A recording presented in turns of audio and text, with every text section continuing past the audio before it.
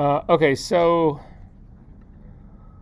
typically what happens it'll happen pretty much in most of the classes from this point on, is that I've had a chance to grade the assignments that you turned in last week, so we can actually take a look at a couple of examples. So typically what happens is that as I start to go through the assignments and I'm grading them, I will make a note of anyone who has done something that a lot of people have done. So I'm not going to show you like everybody's version of what was right or wrong. I'm just going to show you one or two that applied to pretty much a lot of what the class was doing. And unfortunately, that falls onto all the people whose names, last names begin with A's and B's, because I do this in alphabetical order.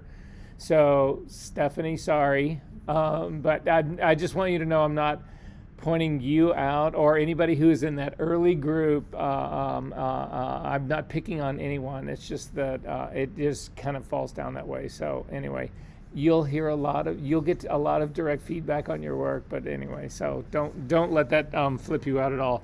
So just a quick word to throw out. So this is what Stephanie turned in the beginning, and this is what the assignment actually called for. It was the individual profiles. She actually went and found them and turned those in. A lot of you guys did not turn those in. A lot of you actually embedded them into your files and put them in, and I was fine with that. So it's easy for me to go in and check to make sure. But the only reason I bring this up is just to make sure that you are reading the assignments and actually putting in what it's asking for. That's all. The only reason I wanted to mention that part at all.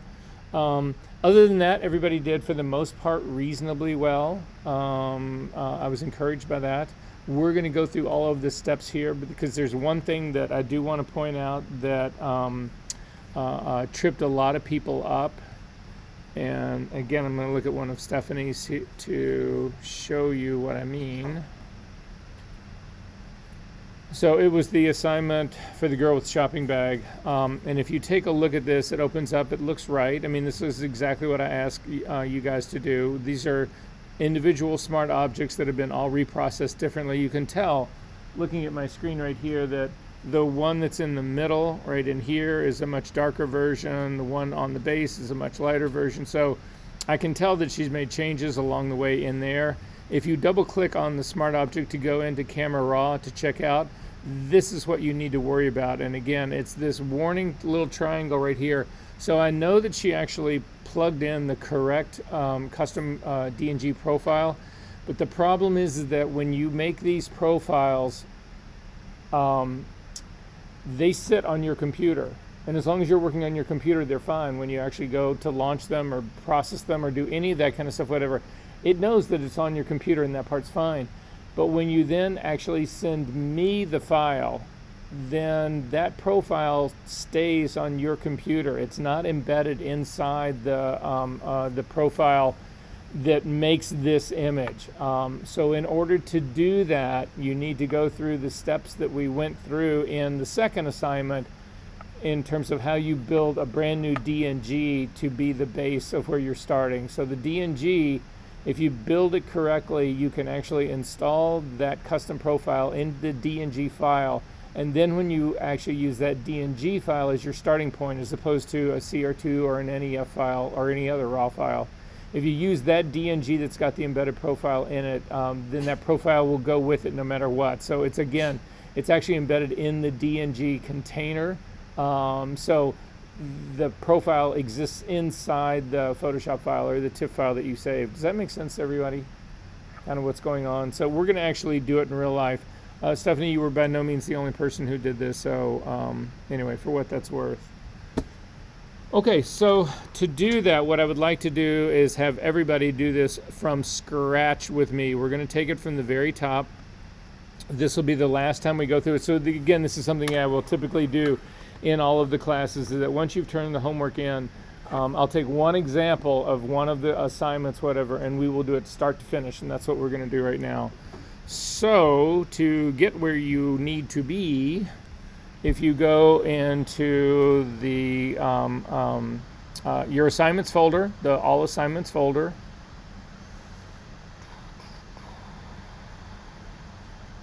and we are looking for class number 2, session number 2, student week files number 2, Inside of that will be the assignment folder, and inside of that assignment folder, there are 4 folders at the top. The folder I think I'm looking for is the one that's at the very end, the 201000702 underscore CAR underscore fashion underscore 03. If you can open that guy up, there's a capture folder inside of it. Click on that to open that up, and inside of this you should see at least 2 images, 2 CR2 files in here. Now, I've got a DNG in here, I've got an XMP in here, I've got other files that are in here. Do you guys only have 2 files, or do you have all of these other ones as well? You have all of them? All right, get rid of everything except for the CR2 files. So you're going to get rid of 2 DNGs and 2 XMP files, so that you should only have the 2 CR2 files left. Are we good on that part? Okay, so I am going to double click on the very first one. So the frame number 001, it's the one that actually does have the color card in here. And the only thing I want to do, there's no reason to color balance this right now. It doesn't make a bit of difference. The only thing I'm going to do is create a DNG of this CR2 file. So to do that, did everybody find these files? Or were we all good? So have you ever downloaded the entire set of assignments? Okay, so you're just going to week number 2. Inside of that, there's the assignment folder. And inside of that, there's 4 folders that have images in it. It's the 03 one. You good? Okay. Is everybody else good? Okay. So to make a DNG of this, if you took a look at the upper right-hand corner of your workspace, there is looks like a little box with an arrow that's pointing down in the middle of it. If you click on that, this will actually allow you to export or save a DNG file. If you've never done anything other in this box, if you've never touched anything in this box, you're good to go, because all it's going to do is it's going to put this DNG in the same location that the CR2 file is sitting in right now, which is what you want it to do. You can tell that it's going to export a digital negative format and that the file extension is going to be a .dng, and you don't need to worry about anything else in here. Just click on Save. When that happens, you'll see there's a little bar that runs along the lower left-hand part. You can do this, you can do it for a single file, you can do it for 100,000 files. You'll just get a little progress bar down here if you're doing a large number of files, so you can sort of track how it's going. So anyway, everything that we need to have done right now so far has been done. So I'm going to hit cancel out of here to go out of Camera Raw, so I'm no longer in Camera Raw. I'm going to go back in, and I can see now that there is a DNG that's sitting right next to that CR2 file. So this is basically Adobe's version of a raw file. So it's not only embedded the CR2 file inside this container, but unlike other raw files, you can actually, it can embed XMP data in there. That's how we do this profile trick, is that it will hold more than you can do in a conventional other type of raw file. It's not changing the raw data in here. It's simply, what we're really seeing is a folder that contains all of that information as opposed to just the raw file itself. So at any rate, to get to the next part of what we need to do, I'm actually going to bring open a new window and just go to my applications folder. For the people who are on Windows, this is called, well, here, for the people who are on Mac, what we are looking for is the color checker calibration app. For the people who are on Windows, it's called, instead of color checker camera, I think it's called camera color checker calibration. They just name it. It's basically the same thing. But can everybody find this program? This is the thing that we use to make the DNG color profiles. So, yeah.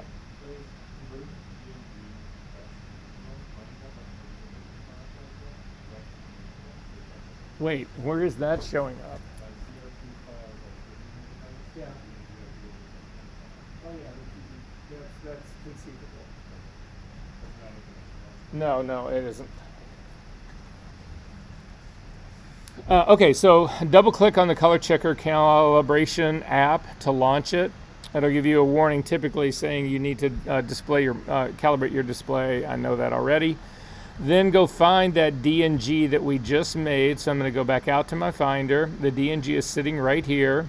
and I'm simply going to click and drag the DNG file on top of the window of this application. If you can't find it that way, you can always go up when you're in the color checker calibration software, you can come up to the file menu down to add image, and that'll allow you to navigate using dialog boxes the way you typically would. So this has actually found the color checker, and it's actually targeted it. It's put my little grid on top of this.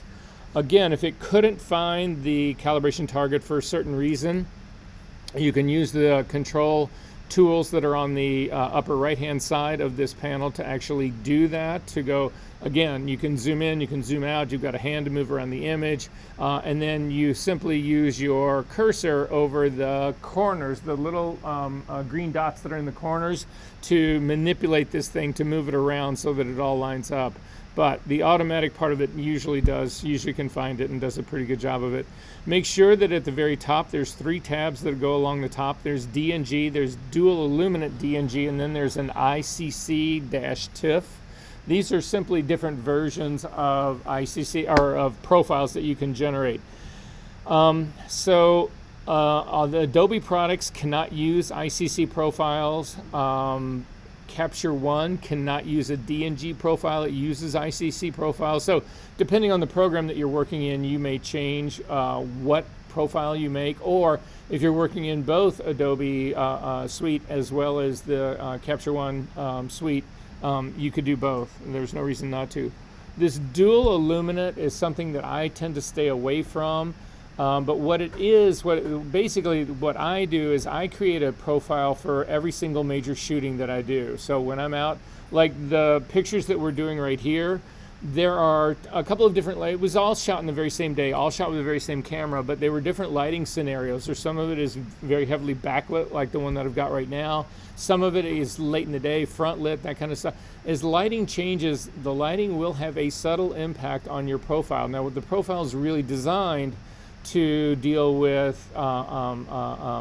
deficiencies that exist in your sensor. So, but lighting will have an impact on that as well. So I simply make one of these for every shooting that matters for me. If you decided that you don't want to do that, you simply want to make one general profile for your camera, that's where this dual illuminate comes in. So what they do with a dual illuminate is that they ask you to shoot an image that is essentially in daylight. So you would go outside on a day like this, relatively bright sky, middle of the day. Your light tends to be around 5,600 to 6,000 degrees Kelvin, somewhere in there. Shoot a picture in that lighting, and then they'll also ask you to go into the studio and use a tungsten light and make another image, so that you've got basically a version of this color card that's illuminated with tungsten light, and also a version of the color card that's illuminated with daylight. And then you use this dual illuminate DNG. It allows you to load both cards in there, and basically it'll do an averaging of the two. So, but the key word here is average. For me, I want my stuff to be as good as I can possibly make it. So average does not really work for me. But again, that's just something for you to be aware of. If for some reason you were to actually have a sensor profile of your camera sensor that was taken from one shooting, and then you had another shooting that you had done, 6 months later or a year, or whatever, at a completely different time, and for some reason you did not have a color card in that second scene, I would strongly encourage you to use the old sensor profile, the one that you had built for a different lighting. The lighting plays a very, very, very small role in this. You're much better off using a profile that was done under different lighting but is designed for your sensor than you are doing no profile at all. Does that make sense to everyone? Okay. So I'm going to go back into my Finder to get the name that I'm going to actually name this profile, because I'm dyslexic and I don't want to type numbers out again. So I'm going to simply select the DNG, hit the return key, and it will actually allow you to select just the name. Command C will actually allow you to copy the name, and then go back into the DNG color camera calibration software and click on Create Profile. it'll open up and offer to save this profile with the name, and it just knows that this is a 5D Mark II camera body, and that's the sensor. That does not work for me. So for me, I'm going to get rid of this. So I'm selecting just the name. I'm going to try to keep the DCP, but every time I've done this before, when I do a paste into here, it gets rid of that DCP. So just remember that DCP is the extension for this. But if we try to do a paste right now, nothing happens. So I just tried to do Command V to paste that thing in. Nothing happens. If you come up, there is no edit menu on here, so there is no way you can paste from that. However, if you have a right button mouse, this is true for Windows as well as for Mac, a right button mouse, you can actually just do your right button and you'll get a drop down menu. If you're on a Macintosh and you don't have a right button mouse, if you've got a trackpad, a 2-finger swipe down is the same thing as a right click, so you'll get a drop down menu. If that doesn't work, hold down your control key and click and you will get a drop down menu, and in the drop down menu you should be able to come down and say paste, and it will then put that name in. Now mine has also added the frame number on here, so it's this, again, it's the whole file naming that I wanted. But once I get to shot 03, that's all I need. I don't need to keep that 001 because that's simply the frame number. So this is what I'm going to save in here, and I may already have one in here, so I may get a warning. Yeah, it's going to go ahead and replace the one that I made, so I'll say fine. So it's going to generate the profile.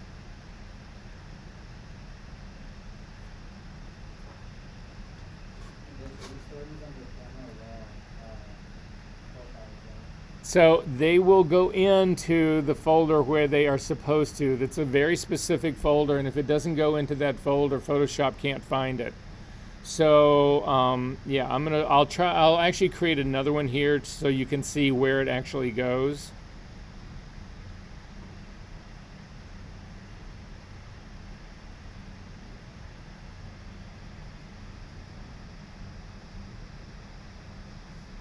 And it says, tells me a warning, the profile was created successfully. I'm going to say great. I'm just going to click create again just so that you can see where this thing goes. So where this goes in a Macintosh world, and again, if you take a look at the assignment, you'll see there's also information about where this gets put for Windows. But anyway, this is where they are. So it is inside the My User folder, inside of My Library, inside of Application Support, inside of Adobe, inside of Camera Raw, inside of Camera Raw Profiles. To see that in real time, so my work in here is done. I don't need to create another one. It's created the one that I needed. So I'm going to quit this color camera checker. I'm going to go out to my Finder, and this is where it actually is. So it's in my Library folder, inside of Application Support, inside of Adobe, inside Camera Raw, inside Camera Profiles, and the one that I just made is sitting right here. It's this guy right here. So that's the one that I simply made right here, and this is the folder that they have to be in to use them. Now again, there's never going to be another case where you need to turn this in, but what I was saying for you to turn these things in was to simply take the profile itself, and I'm going to drag it to my TOS folder. But again, my TOS folder is an external partition on my drive, so this is giving me, you'll see the little plus that sits on my icon. That's telling me that it's actually going to write a second version of this. So I would let go there. It's now just made a copy of that. You don't want to pull these things out of this Camera Profiles folder, or they won't be available for you to use. So at any rate, I'm going to close all of that up. I'm going to go back. So the DNG that I've got right now that I used to create that profile, I do not want to use this. I want to start over again because I need to. When this DNG was created, I did not set a custom profile for it. When this DNG was created, it was either Adobe Camera Profile or Camera Standard Profile. That profile has already been embedded into this DNG, but it's the wrong profile. It's not the one I want to have embedded. So I'm going to throw this DNG away. I'm going to double click then on both of these. So I'm going to now do both of my CR2 files. So I'm just hold down the Shift key and click Command O to open them up. So they're both open up into Photoshop right now. I've got one of these that's actually got the color card in it and one of them that does not have the color card in it. So I'm going to do all of the work that I want to do on the one that has the color card in it and then simply copy all of those settings over to the one that doesn't have it in it, because this is the one that I actually want to work with. So my first move is to come over to the profile window. And again, you can click on the drop-down menu and come down to Browse, or you can simply click on the little icon to the right of the word Profile. It looks like a magnifying glass and 4 very little squares. If you, yes?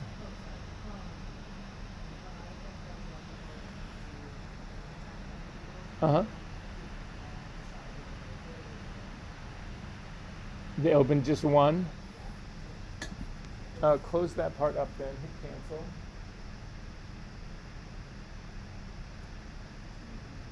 Yeah,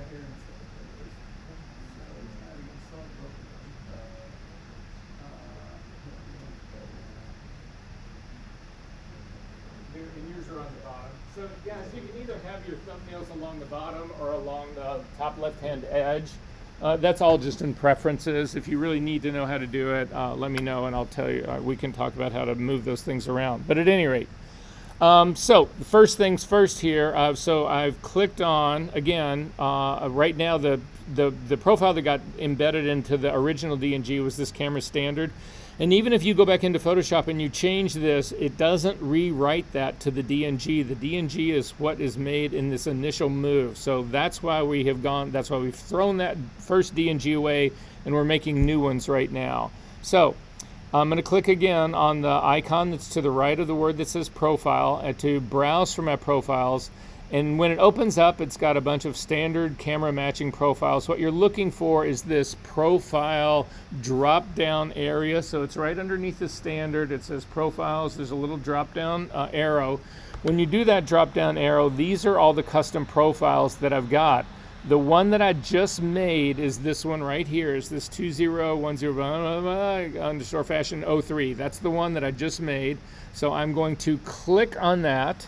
Once I click on that, go up to the top right underneath the histogram and click on the back arrow, and you can see it's put in the correct profile for me. So that was your step number 1. Your step number 2 to actually do the custom color in this. So now this profile, all the profile has done is correct the color bias of your sensor. It has not color balanced your image. Your image can still say, for instance, if you pick on the eyedropper next to color right across from white balance, if you come over here and you click on the red patch of this color target, my image goes really cyanic because it's trying to neutralize that red, so it's pumping in a lot of cyan. The sensor profile is unchanged. It's still doing its job. It's still removing the bias of my sensor, but that's got nothing to do with the color balance of my image. So to do the color balance of my image correctly, you want to actually pick on the little gray patch underneath the red one and click on that. So this image has now had the bias of the sensor removed by the profile, but it's also had the color balance has actually been white balanced now for the light that's actually in the scene. These are the only 2 things that I want to do for this. So now I actually want to copy those adjustments over to the next one, because anything that I'm going to do on this next one, I want to actually do in terms of exposure and that sort of thing, I'm going to do here with that other image. I'm not going to do it in the one that's got the test card in it. So to apply those to the second image, hover over the thumbnail of the one that has the card in it. In the top right-hand corner, you'll see a little arrow in a box, and then you also see 3 dots. If you click on those 3 dots, this allows you to control thumbnails. So your first thing is to say, I want to select all of my thumbnails. And so you'll see there has now been a light gray border put around the second one, and then back up to those same 3 dots again, click on the drop-down menu and come down to Sync Settings. Now in Sync Settings, there are whole subsets of settings here. You can say all, you can do the default version. You don't want to pick none because then you won't be syncing anything. But the only thing that we've really changed is this profile, and then if you open up the color drop-down part, white balance. These are the only 2 things that we've done in this image. So this subset default will be fine. I'm going to go ahead and say OK. And then I'm going to click on my new image, the image that I really want to make into this. So this is now basically where I'm at with this part. So there's a couple of things that I can do at this stage of the game. The first thing that I'm going to do is I've got my profile is now embedded. I've got my color is actually balanced. I'm going to open up my exposure part right here. And the first thing I typically do in a situation like this is I hit auto just to see what Photoshop thinks about this. So when I hit auto, it actually brings a whole lot of tone back into this image.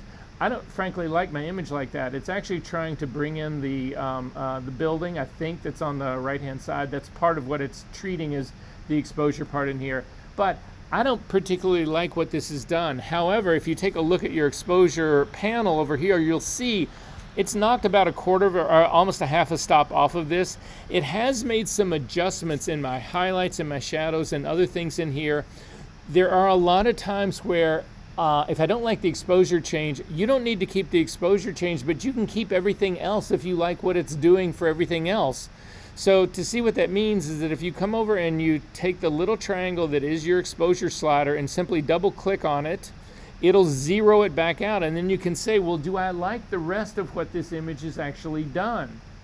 To get your before and after, it's the little icon on the lower right hand of your viewer part.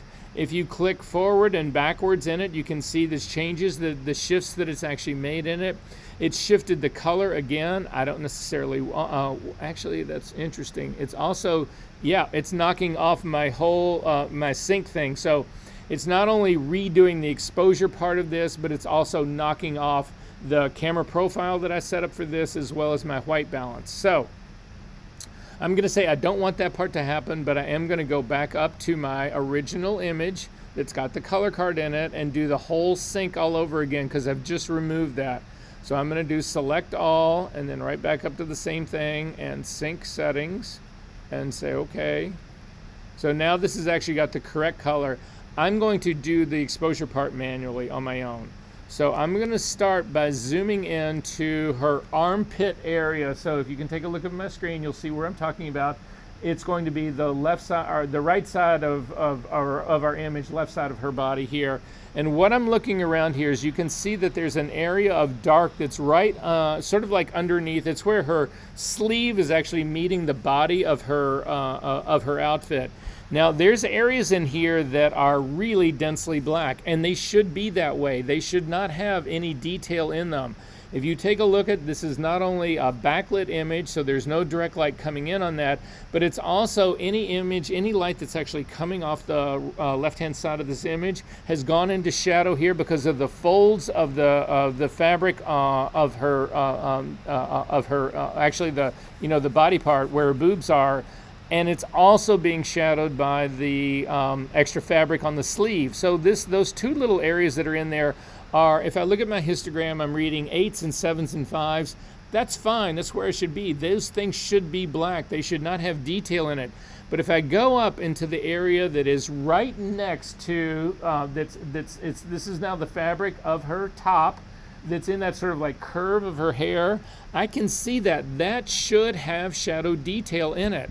And I'm looking at the readout on my panel over here, and it's actually telling me that this area in here is reading in the mid-20s, which is exactly where I want this to be. You remember the picture that we had up on the wall, and we said, where do you want your shadow detail to be? And it was in the mid-20s. So now I know that my shadow detail part in here is correct.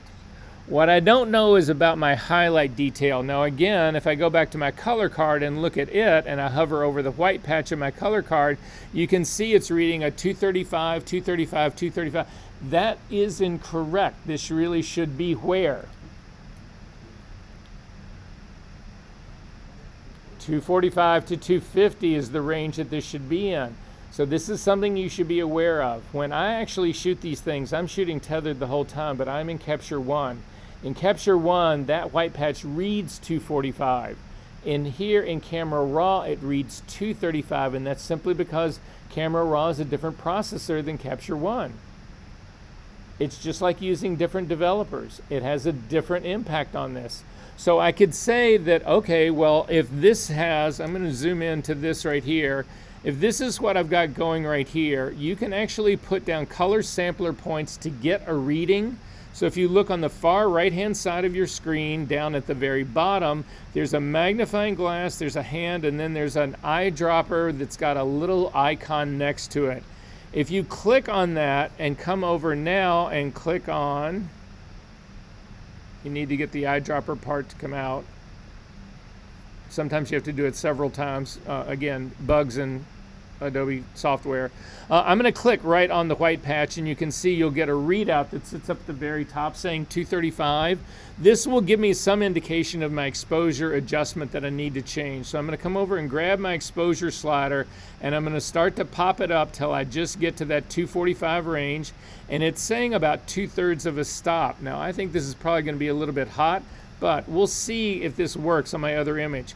I'm not going to use the sync process here for any of that stuff.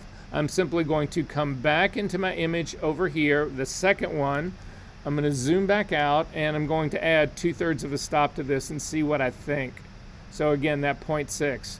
Now, this seems to me a little bit blown out. So again, I'm going to zip in and take a look to see that same area. This actually has now brought my shadows up into the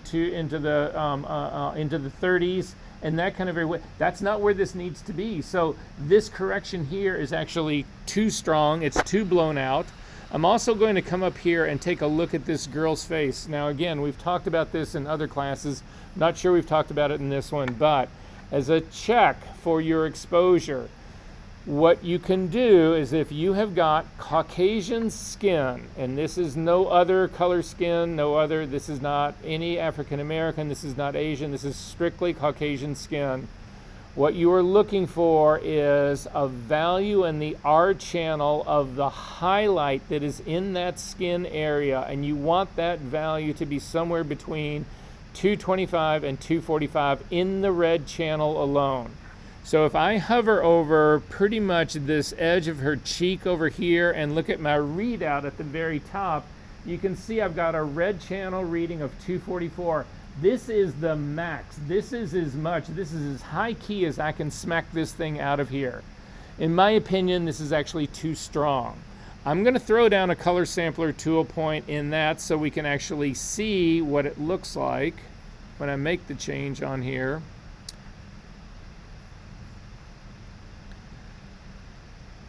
Yeah, I'm going to hit it right on the tip of her nose. So I've got, again, a 243 in my red channel. I'm also going to put another mark right down here on her blouse where I actually think that shadow detail should be. And now I'm going to start to drop my exposure slider. So I'm down to about 1/3 of a stop now instead of 2/3. I've still got now a 235, which for me, that's the R channel, and the highlight of her nose is actually a good place to be.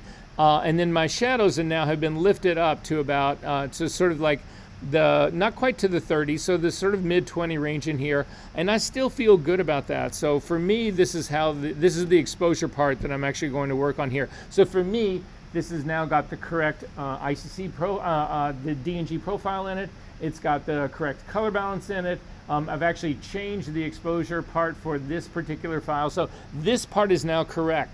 At this stage of the game, you need to create a DNG of this. So to do that, again, if you come up to the very top right-hand corner of your image, there's a box with a little arrow pointing down in the middle of it. Click on that, and it's going to say, do you want me to save this as a DNG? And I'm going to say yes, save this as a DNG. The little line down at the bottom goes through it. At this stage of the game, you can hit cancel because it's built the image that we want. And then go back into that area where your DNG and your CR2s are, and it's this file right here, this DNG 002 is the start of your image that you are going to then parametrically dodge and burn. Yes?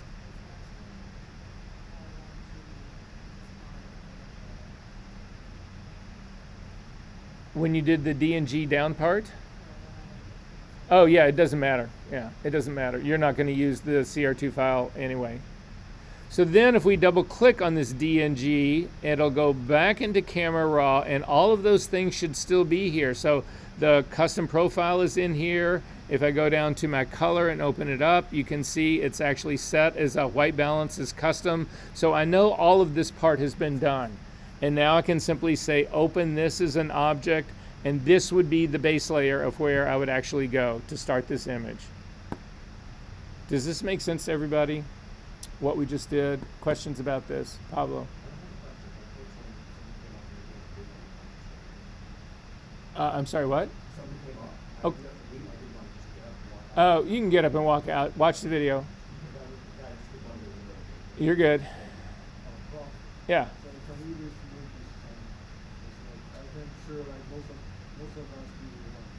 About half of you did it wrong. That's the whole point. You learn. No. Questions about this? You know how to do this right. Don't worry. Your grades, you guys, there's so many assignments in this class. One assignment is not going to tank you. Are we good on this part? Okay, I'm going to do a couple of other things here because this is one of the problems that I'm seeing happening. It's one of the things that I feel like has really gotten lost in the photography department's foundation classes anyway. And I'm not picking on anyone individually, but I would say to you guys that I think in terms of actually spending time talking about how you develop your files and the intent and the goal and all of that kind of stuff has been really lost. And the idea of how you're really trying to develop things to get what you're trying to do, all of those kind of things I think has suffered. And so I want to talk about that for just a little bit here. I'm going to show you how I would go ahead and finish developing this file out, and then we will start on something completely different. So my first move on doing this is I'm going to zoom into her face. So I'm actually in Photoshop right now. I'm not going to worry about any of the other issues yet. I just want to come in and I want to check that highlight part on her nose again. So I'm going to hover over the highlight of her nose, and I'm getting a 228 in my red channel right here. I'm going to look at the highlight up in the bridge of her nose. That's a 234. This is a good place for me to be. It's just a check for me to be in there to make sure I'm okay in this. The next thing I want to do is actually talk about color. So in color, there is a way to deal with skin tone mathematically. Again, you're not going to, if I yell loud enough, you'll hear this on the video recording, but you're not going, actually, you're never going to hear this on the video recording. So I'm going to pause the video here for a second. Basically, all I'm going over is the formula for skin tone color correction. So I'm going to pause the video and do something on the whiteboard right here, and then I'll be back for the video and we will pick up where we're recording again. All right, so in Photoshop, when we're going to actually try to make sure our color is balanced correctly, the thing you need to look at right here, what I'm going to do when I go in to do this part is that you need to pick an area that we would consider to be the sort of standard color of her skin. So right off the bat, this is a fashion photograph. She's wearing makeup. You want to avoid any places like her cheekbones right here that clearly have blush added to them, because that will pervert your CMYK readout in here. So you don't want to actually do something in here. You don't want to go into deep shadow areas in here. You want to avoid those. But by the same token, you don't want something that's really blown out highlights either. Again, I'm looking for a sort of an averagey kind of skin tone, and I'm seeing that happen roughly somewhere right in here about where her neck area is. The problem with this is that if you zoom in close enough, you can actually see there is a whole lot of variation in this skin, in the pixels that represent this skin. And if I hit one of these wrong pixels, if I hit one of the darker brownish ones, it's going to be a very different reading than one of sort of the lighter versions in here. So this is a smart object, so temporarily I can blur this thing without it being destructive. So to do that, because again, it is a smart object, I've still got that little icon in the lower right-hand corner. Come up to your filter menu, down, yes. When I opened it from Photoshop, it was a smart object. When I opened it from Camera Raw, is yours not? Well, then just close it up right now, double click on the D and G again, and just bring it in as a, because it'll have all the color. It won't have the slight adjustment we made in exposure, but it'll have everything else. And then just make sure that you hit, again, I'm going to double click to take me back into Camera Raw. So in my Camera Raw, this is now actually set to just to be okay here because I haven't made any change in here. yours should say either open or open object. If you want to change that behavior, click on the little gear in the top right-hand corner, and then in the workflow part of the drop-down menu, click on underneath Photoshop at the very bottom, open in Photoshop as smart objects. That makes your default behavior open as object. So anyway, I want to blur this image right here, so I'm going to come up to the filter menu, down to blur, down to Gaussian blur, and you just want to hit this thing enough that it gets rid of all of that like pixelation. I've got 3 pixels on mine. That's more than enough. I'm going to go ahead and say OK to that. Then I'm going to drop a color sampler tool point right down in this area. To get to your color sampler tools, again, on your toolbar that's on the left-hand side, you come down to the eyedropper, but it's not the eyedropper alone. You need to click on the lower right-hand corner of the eyedropper and come out to color sampler tool. Patrick. Okay. Pick color sampler tool and then come over here and simply drop a sample down on her neck, on that area. You will get a readout. Your readout is in RGB, and you then need to change this readout from RGB to CMYK. We're not converting the file to a CMYK file. You'll see in the very file name at the very top, it says RGB/8. That's saying that this is an RGB 8-bit image. That's what that information is. So I simply need to change the readout. So to do that, you click on the number 1 eyedropper. There's a little drop-down menu, and instead of actual color, you come down and say, give me this in our CMYK readout. You can see in this CMYK readout that I now have CMYK values. I do have a K value in here, and so the K value, I don't feel like her skin is like too dirty. If I felt like there was something in there, I would worry a little bit about more, but I'm not really going to worry about this. I'm going to simply grab this color sampler tool and pull it down to a little bit lighter area. You can see I've got a number 1 right now. I'm going to pull it down to even a little bit lighter area here. So now I'm at a 0 for my K. If I was in the lightest of the skin tones, I would be a little bit more nervous about this, but I'm not. So you can see now that I've got CMYK values in here, and according to my file ratio that we put up on the board, M is always going to equal M. So M is at 40 right now. And so what C needs to be, if this is color corrected for me, it needs to be 1/3 to 1/5 of M. So if we divide 40 by 5, it's 8. So my range in here, I'm going to write this down. So C, M, Y. So M is going to stay at 40. C, if we divide 40 by 5, it's 8. If we divide 40 by 3, it's 13. Yes. So C needs to be somewhere between 8 and 13, and you can see right now it's at 14. That's telling me it's just slightly too much cyanic, but I want to figure out what Y needs to be as well. So Y is either equal to M up to M plus 50% of M. That means my Y in this case right here would be equal to M, which is 40, all the way up to 40 plus half of 40, which would be 60. So my ranges here, and you can write this down on here, is that C should be somewhere between 8 and 13. M is going to stay at 40. And then Y is going to equal somewhere between 40 and 60. So that amount of yellow is how you really get the variation to deal with Asian skin tone as opposed to Caucasian skin tone or European Caucasian skin tone. Anyway, so that's going to be the target that I actually go after. So there's very little adjustment that I need to make. This is actually very close. It's got just a hair too much cyan in it. So to fix that part, I'm going to add a curve on top of this. So I'm simply going to add a curve.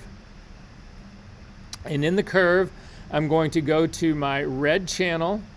I'm going to pick the targeting adjustment tool. So if you look just to the upper left-hand part, there's a icon of a little hand with a finger pointing and an arrow going up and down. That is the targeting adjustment tool. If you click on that, then when you come over onto your image will, the icon will be an eyedropper, and it will determine where on your image, where on your curve this point this color and tone actually are, and it'll pick it for you. So you don't do what most people do when they do color correction, at least in the beginning using curves. You don't come in here to the midpoint of your curve and start dragging it up or down. You actually are more targeted about it. So I'm going to click on this point. Yes?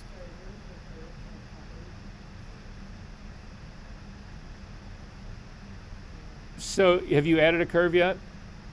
So the add the curve is at the very bottom of your layers palette, the circle half black, half white. Okay. So then in the drop-down menu of your curves, go from RGB to you just want to do the red channel by itself. Good. Okay. And then again, using the targeting adjustment tool, the little hand with the arrow points up and down, click on that target point and then watch your info palette. And I'm simply going to raise this up until I get it to 13 instead of 14 and let go. That's all the color correction that I need for this guy. I'm going to throw my smart filter and gloss and blur away. So just come over to the, because it's done its work. I don't want this to be blurred. I'm actually going to throw this guy away. And so now I've actually going to double click on the hand. So this is the color correction that I've actually now got on this. And you can see it's actually, I mean, that's really very apparent. Even though it's a 1% bump in the red, you can totally see that. I mean, I can totally spot that in the image. So this has now been color balance. I've got everything that's actually going for me. But what I don't have going for me is now the pictorial, the artistic intent behind all of this. So this is a fashion photograph. I want this thing to really pop. I want it to be really separated from everything else. That's what I want it to do. And the problem that I run into, this is the thing that I say about that I feel like is lacking in what the Foundations program does here, is that the Foundations program never talks about how to process stuff with intent. So my intent is to actually have this thing really pop up off the page. What you guys are mostly doing, pretty much every single one of you, when you got into here, every single one of you made the building in this area back here darker. So you are taking all of those tones, making it darker, bringing it actually closer to the tonality of the girl. So she's not only not separating, she's actually now blending in with the background. And then you guys did the same thing with the backgrounds right here. A lot of people just made this stuff, you know, a whole lot darker to actually bring in more tone or whatever. Everybody is driving all of their tonality towards the middle. And if you do that, you are basically flattening out your image. You are getting rid of contrast. But more importantly, from a pictorial point of view, you're not really separating this girl. She's not really leaping up off the page. And that's what I want to actually have done in here. So I'm going to create, and you can leave your curves on all of this, because again, the small amount of shift that I'm doing in there, I want to apply to everything. So you can go ahead and leave the curve in here. You can do curves inside of Camera Raw. The problem is that you get no readout in Camera Raw for CMYK. You only get an RGB readout in there. So you can't really do what we just did here. I wish there was a way to do it. Again, no to Adobe. Dropped. Anyway, okay. So I am going to create a new smart object to actually reprocess my background. So to do that, again, I'm going to click on the smart object. It's down at the bottom. I'm going to come up to my layer menu, down to smart objects, down to new smart object via copy. All of you who did this assignment got this part correct. So good job. So now I've got a whole new version of this that's made. I'm going to come down here and double click on it to go back into Camera Raw. And again, I want this girl to separate. So what I'm going to do here is that I'm going to really crank the exposure up on this. I don't want to make my background darker. I want to make it lighter. And I'm really going to smack it up hard. Now, I'm going to do a 2-stop push on this. Yeah, that seems a little extreme. Let's try a 1.5-stop push on this. But again, because this is a smart object, I will be able to go back in and rework this if it's too strong. So I'm going to go ahead and say okay to that 2-stop push, or 1.5-stop push. So it's now the really bright version of this. I'm going to turn that eyeball off and temporarily go back to my original image and use, let's try select subject, and we'll see how well it does. So come up to the select menu, because we've already used the quick selection tool. Come up to the select menu, down to select subject. and it will go through, depending on how you have your select set up, whether you're doing this connected via the internet or doing this locally. If you don't remember how you had yours set up originally, come up to your Photoshop menu for the Macintosh people. It's going to be up to Photoshop, the name up in the top left-hand corner, down to Preferences, down to, I think this comes in possibly Image Processing. That's probably where it is. If you're on Windows, yes, this is where it is. If you're on Windows, it's not up on the Windows menu. It's actually in the Edit menu all the way down at the bottom. We'll get you to the same place. But in this drop-down menu, if you did the settings that we did on our very first class, you had Select Subject Processing, Cloud as Detailed. This is just the default. You can always go in and change this. So it's either going to be local, which is quicker, or cloud, more detailed. That doesn't mean that the cloud version is always better. If you have trouble with one of them, you should definitely try the other one. So anyway, I'm going to go ahead and say okay to that. I'm going to feel like, okay, this is a relatively good selection. I'm not going to deal with it a whole lot deeper. We're going to talk a lot about making selections today. It got the gloves, it's got the bag, it's got everything else in here that I want. So I'm going to go ahead and say okay to that. I'm going to go back up to my lighter blown out version of this, turn its eyeball back on, and then I'm going to simply add this as a layer mask. So when I add this as a layer mask, what it's actually doing is exactly the opposite, and you will see me do this all the time. It's basically allowing the girl to be blown out, and so what I'm seeing here is the original background, but the blown out girl. I want just the opposite of that. So looking at your layer mask, you can see that it is selective and active because you've got the little white borders that are going around it. You simply need to invert it, Command-I. And now I've got an image that is considerably more blown out in the background, and this girl is actually silhouetted and isolated out. Now, you can look at it and say, well, okay, Versa, you know, she really pops off of that. I like that part, but look at this whole edge that's happening up over here. That's just too strong in here. Yeah, it's too blown out. It's too blown out. Now, I would say if you hover over it and look at it, it is 255. It's page white. So if I was going to print this on a page, there would be no separation between this edge of my image and the piece of paper. So I would say, okay, yeah, maybe that is a little more blown out. So at this stage of the game, I would go to my tablet. Hopefully everybody has brought their tablet. Now would be a good time to bring it out and turn it on.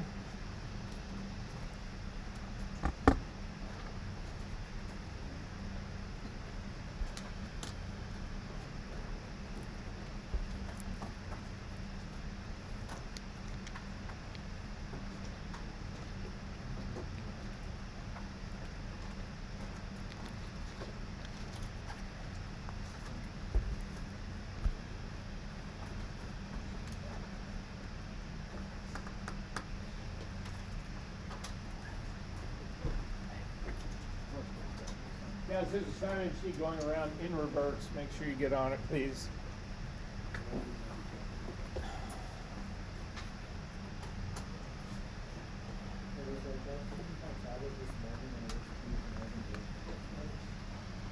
It doesn't work, or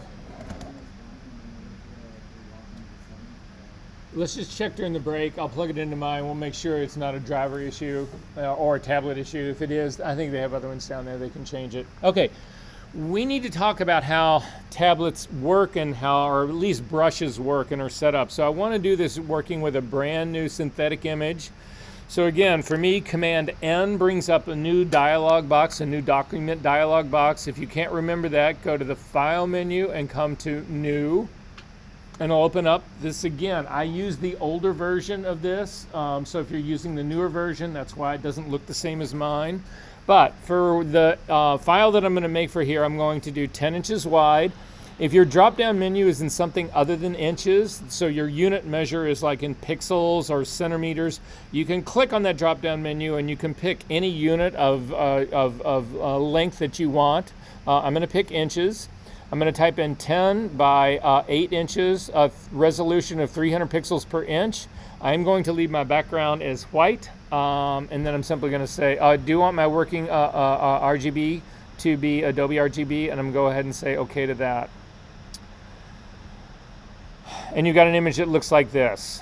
Okay, I'm gonna hit the B key to get a brush. I'm gonna use the bracket keys to make my brush larger.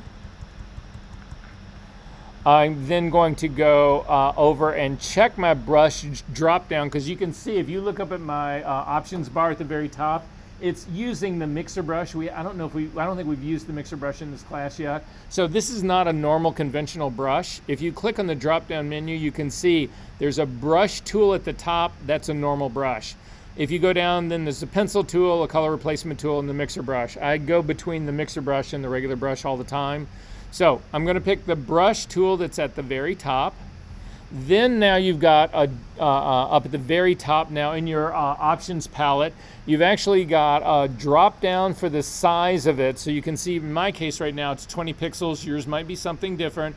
Click on the little down arrow and this thing will open up.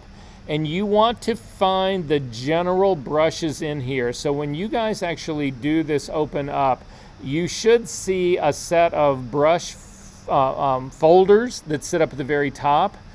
General brush is the first one that I want you to actually open up. Can everybody find that brush?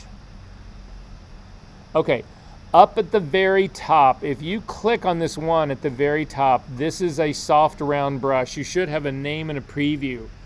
Underneath it is a hard round brush, and you'll notice that the hardness and the softness of your brush, the only thing that changes here when you go from soft is it goes from 0 hardness to hard, it goes to 100% hardness. That's just controlling the hardness of that, but the pressure of your tablet has nothing to do with these brushes. If you go to the next one down, this is soft round, but pressure will control the size of your brush. So it is a very soft brush, again 0% hardness, but the harder you press, the bigger your brush becomes. I strongly suggest you do not use this when you are working, when you're first getting used to a tablet. This is something that you can use later on, but if you're trying to get used to a tablet right now, all of a sudden your brush is not acting the way you think it should. It's because you don't have enough pressure, and then you're having to learn pressure in the same time you're trying to learn how opacity and flow work, and it's a clusterfuck. Don't do this. Stay away from these other four actually. The next one down is a hard brush, but again, pressure controls size. And then finally, the last two that matter to us right here are going to be soft round, pressure controls opacity, and hard round, pressure controls opacity. And that means that the harder you push on your brush, the more ink is actually laid down on your image. I'm going to ask you please to stay just with the top two, either a soft round or a hard round. And to be honest, once I get to this soft round one, I know it's turned off the pressure settings, which is what is important to me. Then I simply use the hardness slider, and I can change it to anything I want. So I can keep it at 0% hardness, a very soft brush. I can do a 50% hard brush, it's a medium, up to the 100% or somewhere. An 80 will be, or a 90 will be somewhat hard. Anyway, I'm going to ask you to crank it all the way up to 100%, a hard brush. Now, we've got a flyout menu that it's sitting right here, and a lot of people are tempted to come over here and click on their image to get this flyout menu to go away. The problem with that is that it'll actually put a mark on your image, and you don't want to do that. So simply come up to the word Adobe at the very top and click on that. It's a safe spot. Nothing happens when you click up there other than your flyout menus go away. I'm still going to hover over my image now and make my brush bigger using the bracket keys just to the right of the P key so that you can really sort of see what's going on here. I'm going to hit the D key, no modifiers, just the D key to default my foreground and background colors to black and white. Then check up at the very top for the blending mode of your brush. You want it to be normal. For the opacity, 100%. For the flow, 100%. And then smoothing and angle you can leave at their defaults, which are 10% and a 0-degree angle. And then simply come over onto your image using your tablet, and what I want you to do is just click and drag a line across. And you can see that at this 100% opacity, I'm laying down a very hard black brush, black amount of ink. I'm going to change my opacity now to 50%. There's a number of ways of doing it. You can click on the drop-down menu underneath the opacity slider, and you can actually take the little triangle and slide it down to 50%. That's one way of doing it. You can actually drag across the 100% and type in 50. That's another way of doing it. Or the way I typically do this is I actually hover over the opacity name and I get the scrubby slider. And if you drag the scrubby slider to the right, it will go up in value. To the left, it will go down in value. And I simply dial it in to 50% here. The last way that you can do it is if you use your number keys. If you simply hit, so you can try a different number. If you hit the number 9, it should put in 90%, not 9%. Well, Photoshop has changed shit again. Anyway, I'm not going to use keyboard shortcuts to type in. I'm just going to use the scrubby slider to get to 50%. Right underneath that 100% slider, what you need to do is start to drag back and forth. Do not lift your cursor up or your stylus up off the pad. I want you to just start going back and forth and back and forth and back and forth. And what you can see is that no matter how much I go back and forth, if I go outside of the lines, it'll actually add that 50% somewhere out. But as long as I stay in the inside right here, I never, ever, ever build any more density in this.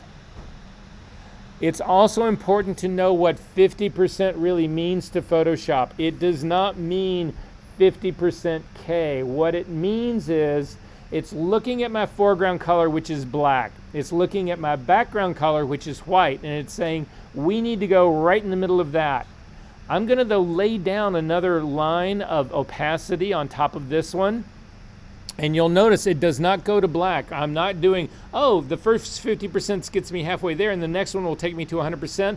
That's not true. What the next one is going to do is it's going to look at, again, my black, which is my foreground color, what I'm painting with, but then it's going to look at the color I'm painting it on, and it's painting it on a 50% gray.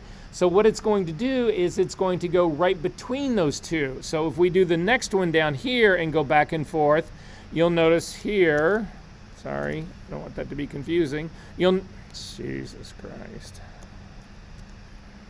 If I go back and forth here now, you'll notice that again, it's doing a 50% gray. It's not black, it's actually a 75% gray because it is halfway between 100% black and this 50% gray that's underneath it.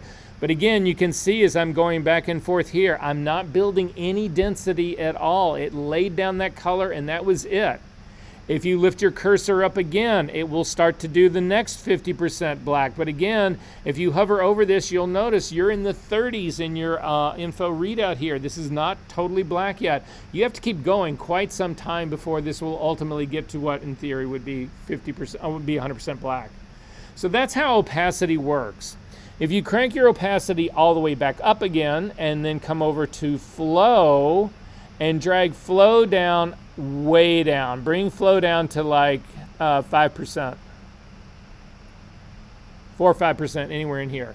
Then come down underneath this, and I want you to start doing that back and forth action again. And you can see as you start to come back and forth in this, the whole time density is building. Density and flow builds over time, which is what we actually want to do here. But you'll also notice if you stop and you do not move, it doesn't add any more density. You need to have this thing in motion to do that. However, if you look up at your flow and your options palette up at the very top, right next to it, there's a little icon to the right of flow that it's supposed to look like an airbrush.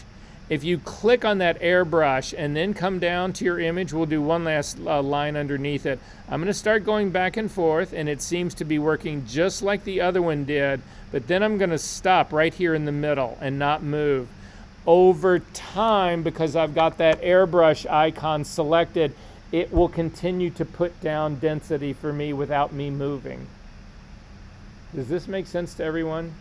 So what I'm going to do to actually finish retouching my image is I'm going to turn that part off. I'm going to turn the airbrush off. I just wanted you to know that that's basically how that works. I'm going to close up this synthetic file. I do not need that. But now what I'm going to do is I'm going to go to my image now, the light blown out version of my image, the second channel, the part that's blowing out the background. I want to recover some of the highlights that are on that side of the building. So I'm going to make my brush a little bit bigger. Again, normal blending mode. In this case, I'm going to make it a completely soft brush. I take it back. I'm going to make it a 50% hardness brush. 50% will give me a little bit of a soft edge, but a little bit more control than 100%. And then flow at 5%, opacity at 100, leave the airbrush off, and I'm simply going to start scrubbing over the area. My foreground color is now a middle gray. That's not actually helping me. Hit the D key to default them to black and white. White is now my foreground color. I need black to be my foreground color because I want to hide this area of the image that's really blown out on that side wall. So I'm going to hit the X key to get black as my foreground color. And then again, just start scrubbing along that. I've pulled in enough tone now. That's all I needed for the tone to actually hold that part down there. If I want the bag a little bit darker as well, I can actually hit over it a little bit, although it's been already masked out in my original version. I probably have a little bit of hair that I need to recover in here. I don't know if we will. If we take a look, if you want to see what your mask on this thing looks like, hold down your Option key and click on the mask, and you can see that whole thing has been masked out. So there's no way, I can't add any more density to this. If I need more detail in her hair, I've got to reprocess this as another file. So this is where I end up with this image. Questions about this? Okie dokie. Again, if you double click on any of these smart objects, it will show you that you still do have your custom profile is sitting right up in here. And if you save this file as a TIFF or as a Photoshop file and send it to anybody else, that profile will be embedded in it, unlike if you were just doing this based on the CR2 file. Yes? If I wanted to do... Oh, no. So here, we'll just do it. We'll do it right now. So if I want to process her hair differently to get that to recover, again, it's just another smart object. So I'm going to come down and grab the original smart object because it's closer. It's got less that's on it. So again, I'm going to select my bottom layer right here, up to the layer menu, down to smart objects, down to new smart object via copy. I'm going to then double click on that to open it up.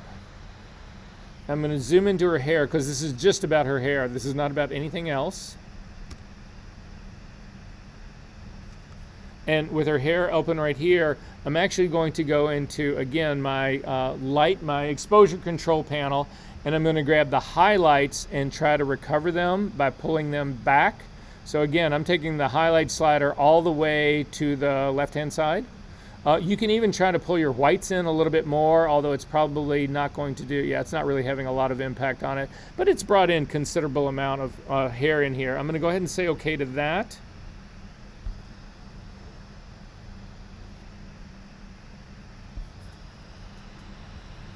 And so that's actually changed it, and it's this file that's sitting down at the bottom. I'm going to bring it up on top of my background. So I'm simply going to drag it up to the very top. I need to now put a layer mask on this.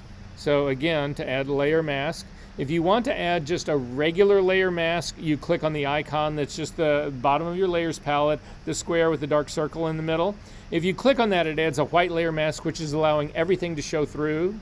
If you want to change this so that you can just do very specific work on it, you can hit Command I to actually make that a black layer mask, so then I can just work on the mask. But I'm going to throw the mask away for a second. The shortcut for this is that if you hold down the Option key before you add layer mask, it'll actually add a black one. Either way, it doesn't matter. Zoom into her hair. Now, I want to stay in control. I want to stay inside the bounds of this. I'm going to try to paint this, but it's got really feathery hair that's on the outside, and I'm worried about painting on the outside and actually hitting the building that's already in the back. I've already got a good selection of the subject. If you, again, I'm going to show you my selection of the subject. That mask is actually a really good mask here to work on the subject. So I'm simply going to load my mask. You load this by, again, holding down the Command key and clicking. You can now see I've got the marching ants. I'm going to go back up to my image right here. The problem, though, that I have with this is that the selection that I made is hiding the mask, is hiding the figure and letting the background show. So if I go to use this selection to paint, it will not change her hair. It can only change the background. Does that make sense? So you don't want to invert this. You want to invert the selection. To do that, you come up to the Select menu and you come down to Inverse Selection. So what you'll see, I'm going to hit Command Z to undo that. What you can see right now is you've got a set of marching ants that are on the figure, but you've also got a set of marching ants that are on the background, and that shows you that when you paint with this thing, it's going to protect the figure, but allow you to paint on the background. I want just the opposite. So when I do, again, up to the select menu, down to inverse selection, you'll see the marching ants on the outside go away, and it's now just the figure. So then I'm going to come back up to this image, click to make sure I'm on the layer mask. I'm going to zoom into her hair a little bit more. Again, I'm going to grab my brush guy right here. Now in this case, I want to paint with white because I want to reveal the reprocessed layer that's underneath it. Black is my foreground color, so I have to hit the X key to make white my foreground color. Hit the B key again to get a brush. I'm going to make it a little bit smaller brush. But now I can be really loose about this when I start to come across in this like this. This again picked my mixer brush. So let me go back to my regular brush. And then I'm going to make it a little bit smaller, although you don't really need to worry about size so much because it's going to, it'll keep it within inside the body, but you don't want to paint this on her face. So again, I'm going to simply start scrubbing in here like this, and you can see this is actually pulling in all of that tone.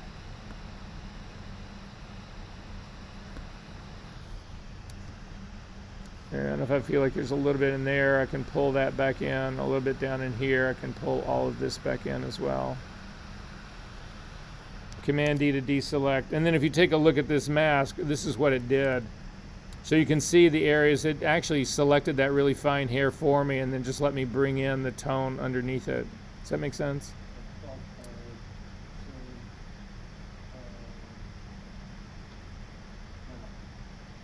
Think about it, we can talk about it in the break. Okay.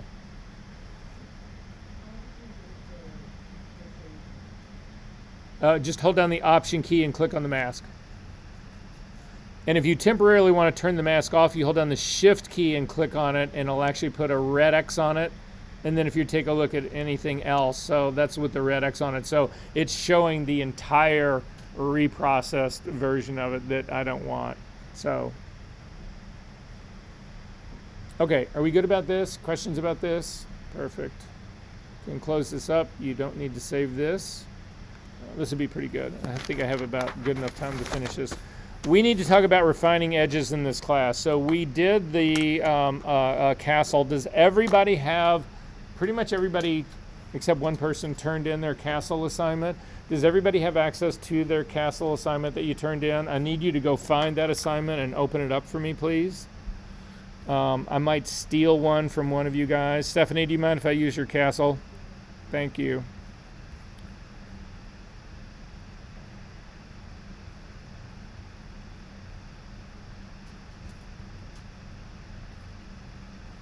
Pretty much most of them are going to be all the same.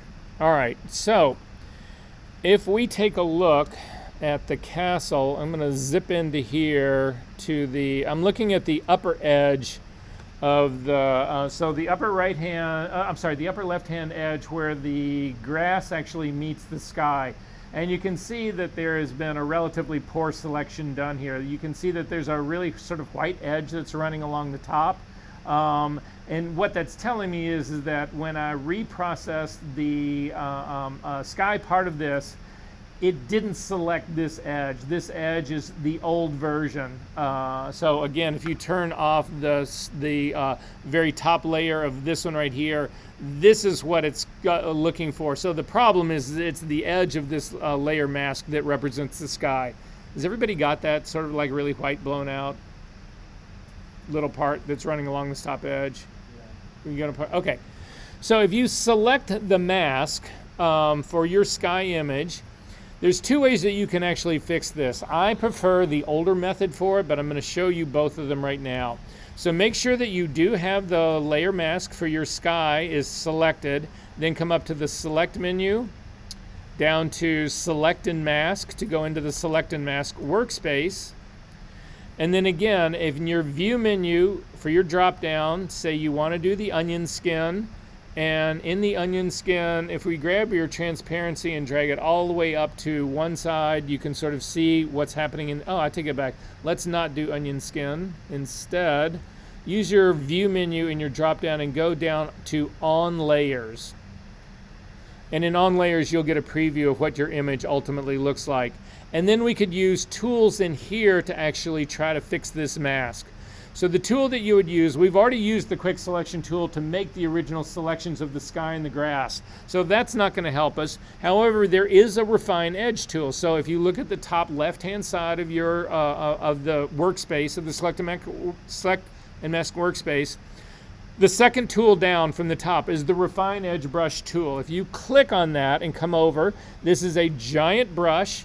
You don't want to use this brush on anything that you don't need it to be on. So you need to make this brush considerably smaller, because all I want to do is paint over this part of the image where it's all screwed up.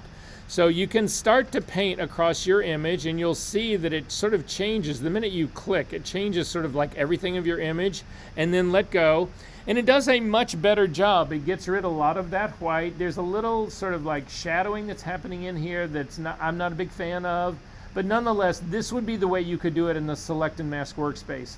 However, that being said, I think there's a much better way of doing this, and it's actually the technology that existed before Select and Mask. They brought this technology into Select and Mask, but again, I think that the dedicated version of the Refine Edge works better than this. So I don't use this.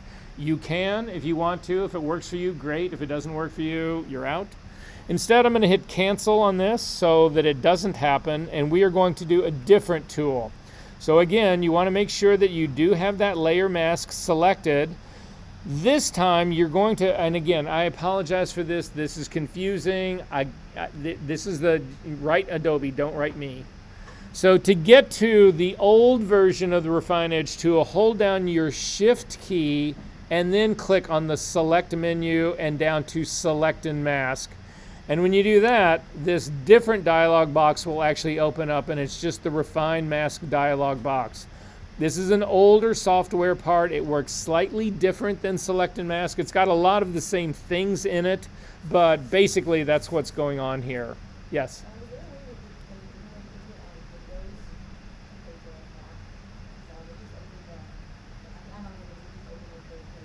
Yeah, let's take a quick look. That's the first time that question has come up, so I kind of love that.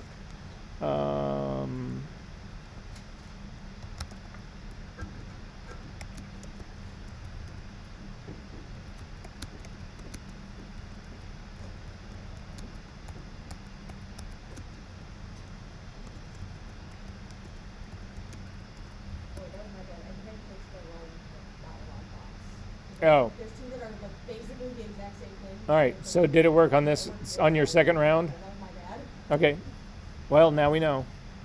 Okay.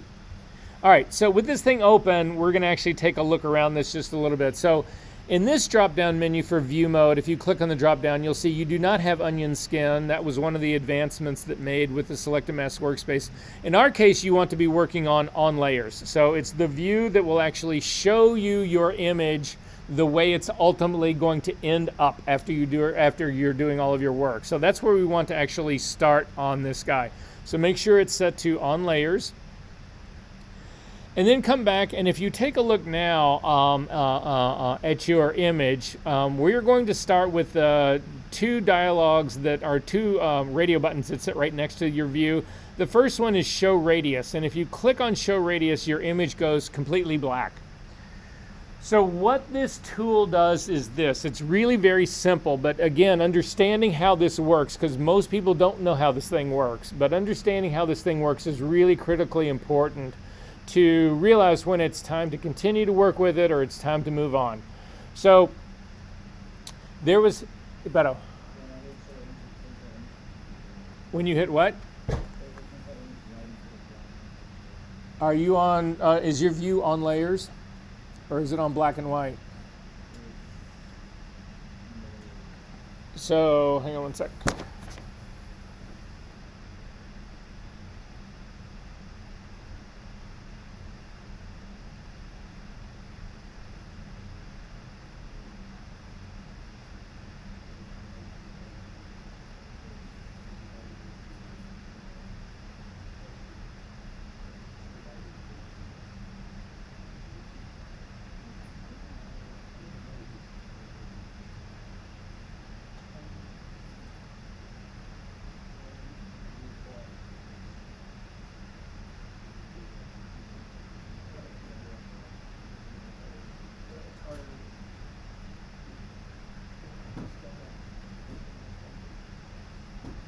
Okay.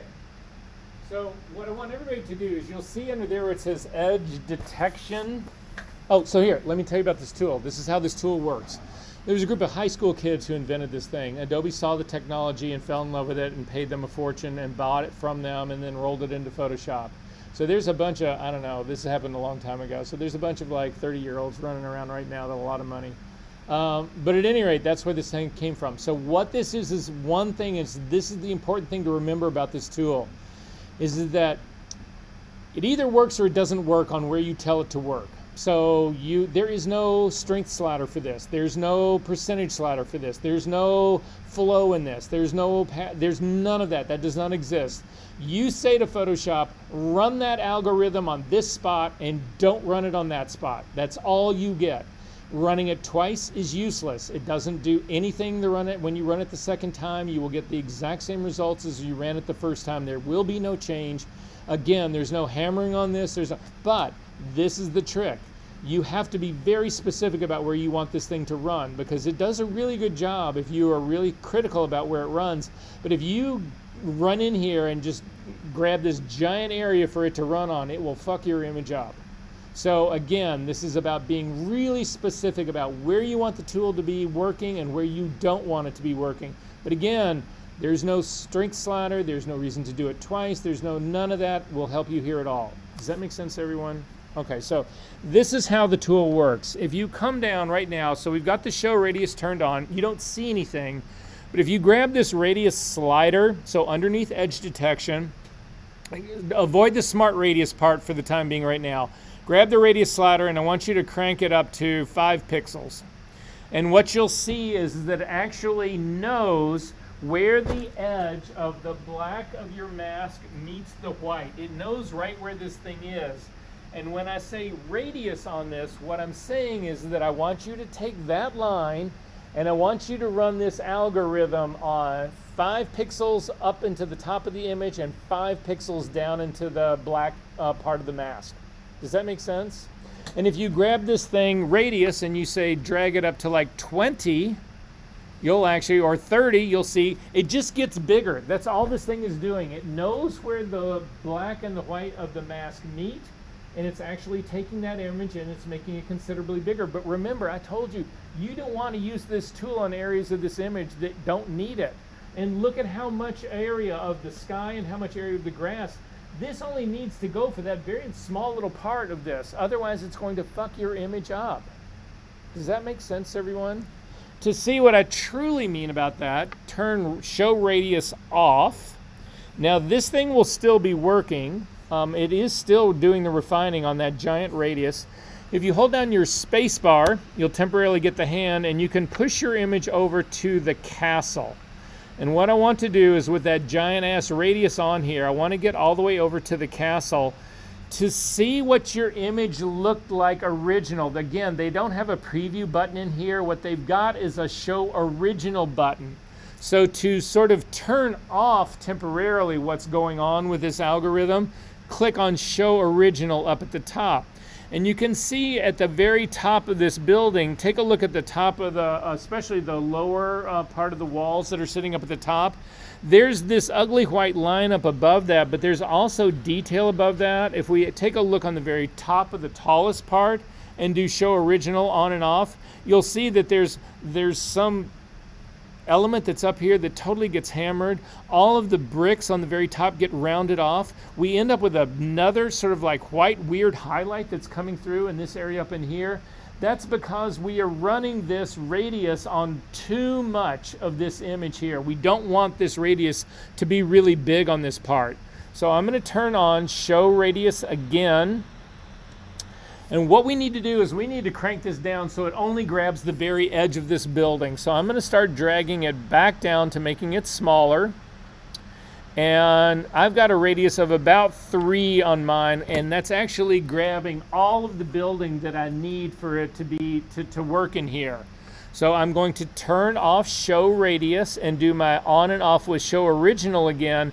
And you can see it's just knocked that little white halo off, but it's kept all the detail and whatever the hell this thing is. I always think this is somebody's like laundry, like, you know, drying, like, you know, clothesline.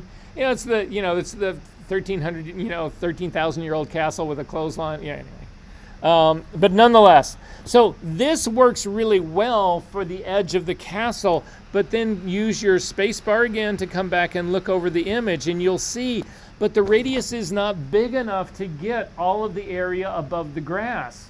So the grass is not enough. The building is fine.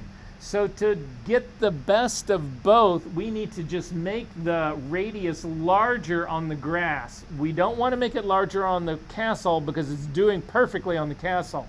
But we need to make it larger on the grass part here. To do that, you come over to the Refine Radius tool. If you look down at the very top, there's a magnifying glass in a hand. You can use keyboard shortcuts to do that. But there's a brush here that exists. And if you click on that drop down, you will get the lower right-hand corner, you'll get a flyout menu that has Refine Radius tool or Erase Refinements tool. You want to pick the Refine Radius tool. And then this is a brush, so you can use your brackets next to just to the right of the P key to make your brush larger or smaller. So I'm going to make mine smaller. You also have size that sits up over at the very top. And then I'm simply going to come over here. I'm going to use my tablet to do this, and I'm going to paint along this area of the where I still see some white on that edge. And what you'll see is that the image in that area goes very, very, very dark. I'm going to continue to work my way all the way down here and continue to work, continue to work, continue to work, continue to work all the way down. I'm going to let go, and you'll notice immediately that it does a much better job. It fixes that entire edge. Hold down your space bar to temporarily get the hand and scoot your image over so that you can finish doing the radius and work your way all the way down where the grass is meeting the sky until you get to the castle edge and then stop. So now if we click on Show Radius, you'll see what you just did. I'm going to back out of my image just a little bit. So you can see that the radius along the grass is much larger because it's something that I painted with, but the pre-canned radius that I did using the edge detection tool, whatever, did a much smaller version of that. So I've got a big area of the image of the radius here that's running that algorithm. I've got a very small one that's actually running here, a precise one that's running that. I want to go see what's happening on the other side of the castle though. So I'm going to zip over to the other side. I'm going to turn Show Radius off again. And then I'm going to zoom in to the trees that are on the horizon in the background. And you can see in some of these trees there's a little bit of that white line, some of them not so much. I'm still going to use my radius tool, the add radius here, and I'm simply going to paint over little areas of this. Don't paint on anything that doesn't need it, and there are things in here that don't need it. But I'm just going to kind of run myself through on this edge to get rid of that highlight. Use the space bar to drop yourself over again. And I'm just going to clean up those edges until I get over all the way to the sand dunes. So once I get to the sand dunes, you can see that there's a line that's running across the very top of this. There's this white line that's running along the very top that I clearly don't want. If you click on Show Original again though, that line, it turns out that line is actually illustrating sand dunes to you. Those are actually highlights and shadows on material that's way far in the background, so they're very small to the eye, but those are things that I need to keep. Unfortunately, this radius that I used to do the castle is actually hitting this thing, and I don't want it to hit this thing, so I need to remove the Refine Radius on this part. To do that, again, if you click on Show Radius, you can see what it is. I'm going to uncheck Show Original. This is the line that's actually existing that runs along that whole thing. And I need to get rid of all of that. To do that, you use the other of the brushes. So again, up in the Refine Mask Radius, or the Refine Edge tool, click on that drop-down menu for your brush, and you want to come down to Erase Refinements. And now with this, you can actually do a pretty big brush because this is an eraser brush. So all we need to do is click, and you will see that you can actually just paint over the entire radius that's running out along those sand dunes. I'm going to really make my image smaller, and I'm just going to continue to get rid of that entire line.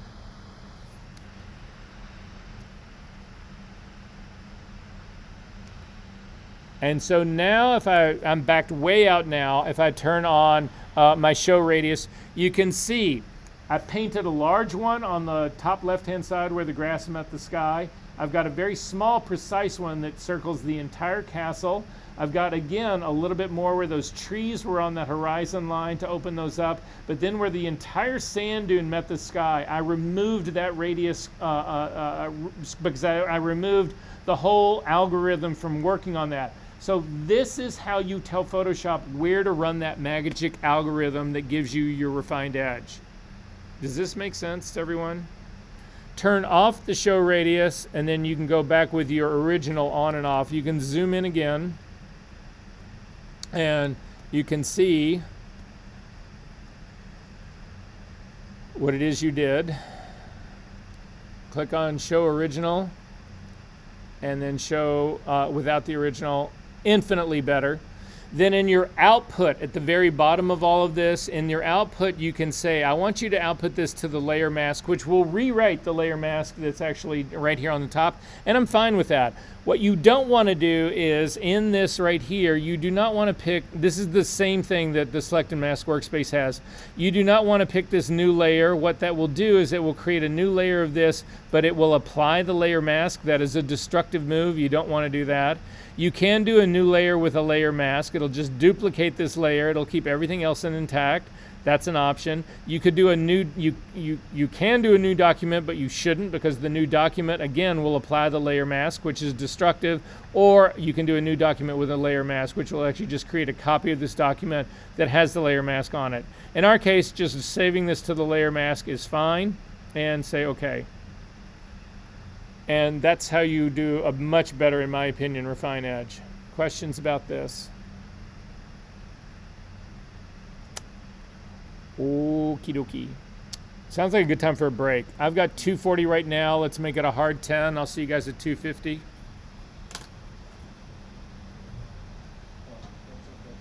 Be right there. Let me just pause the video.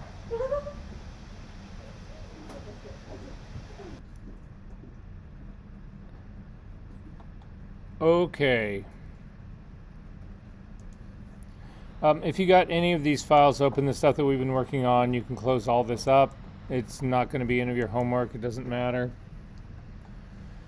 Okay, so best selection tool in Photoshop. What is it?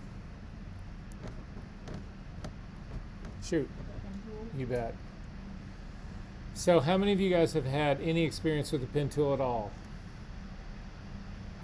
Okay, yeah. How many of you had a good experience with it? Yeah.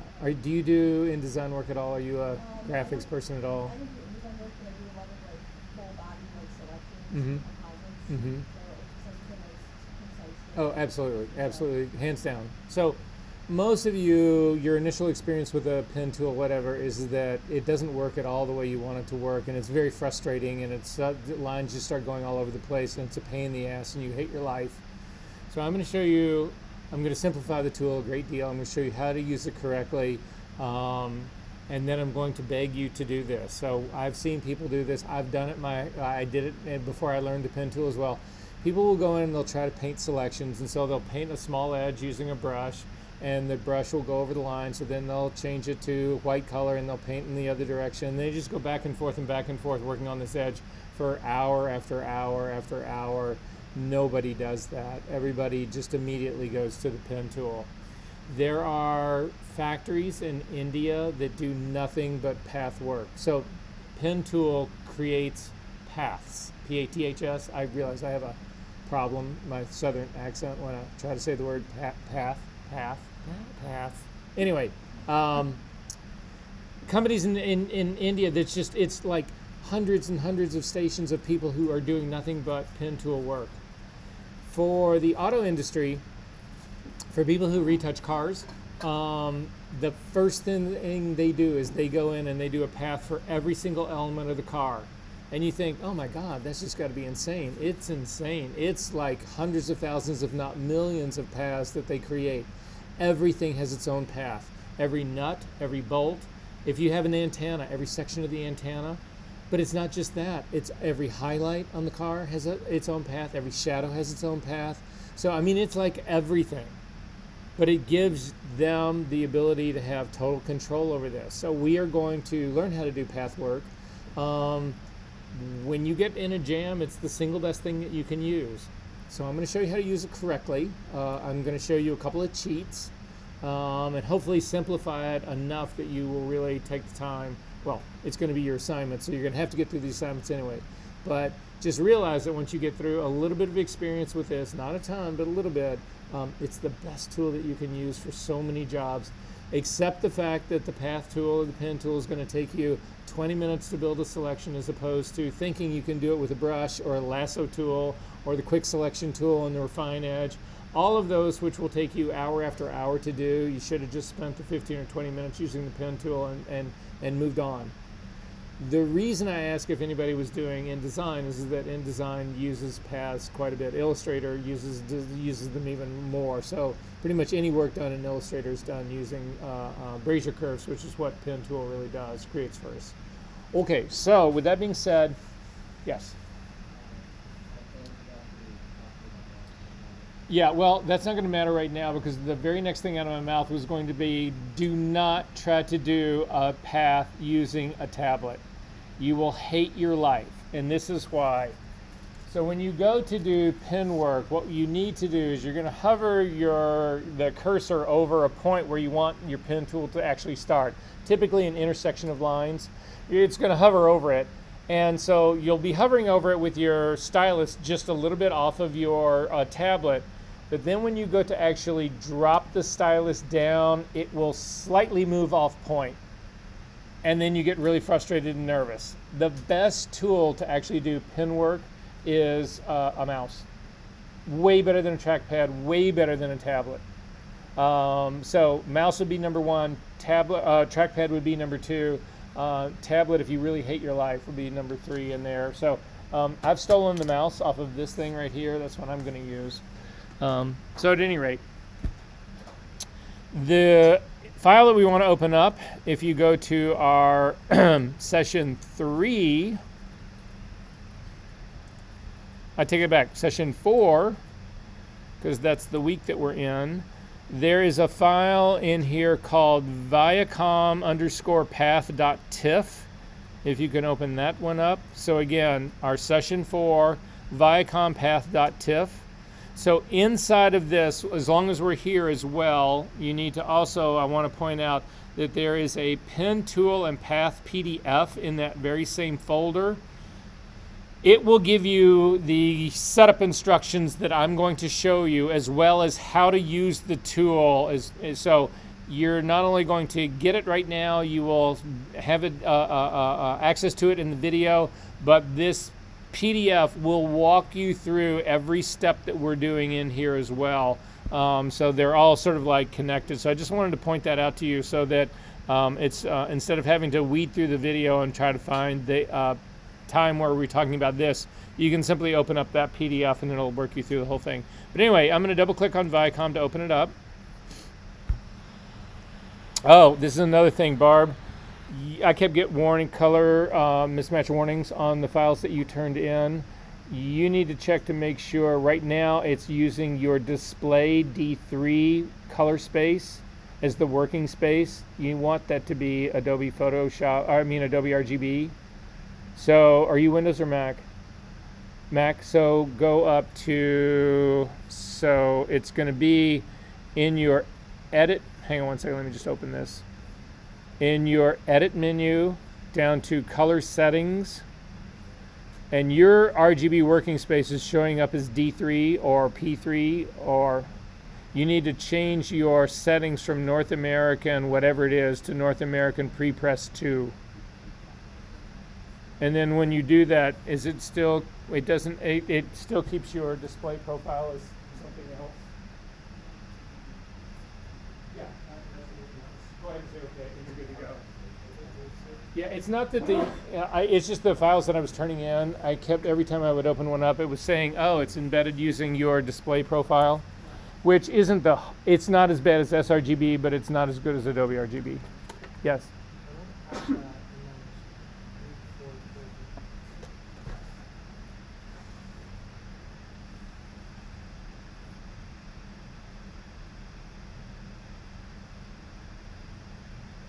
else doesn't have this in their week 4 folder? Everybody else has it? Okay. Can you jump online really quick to our server?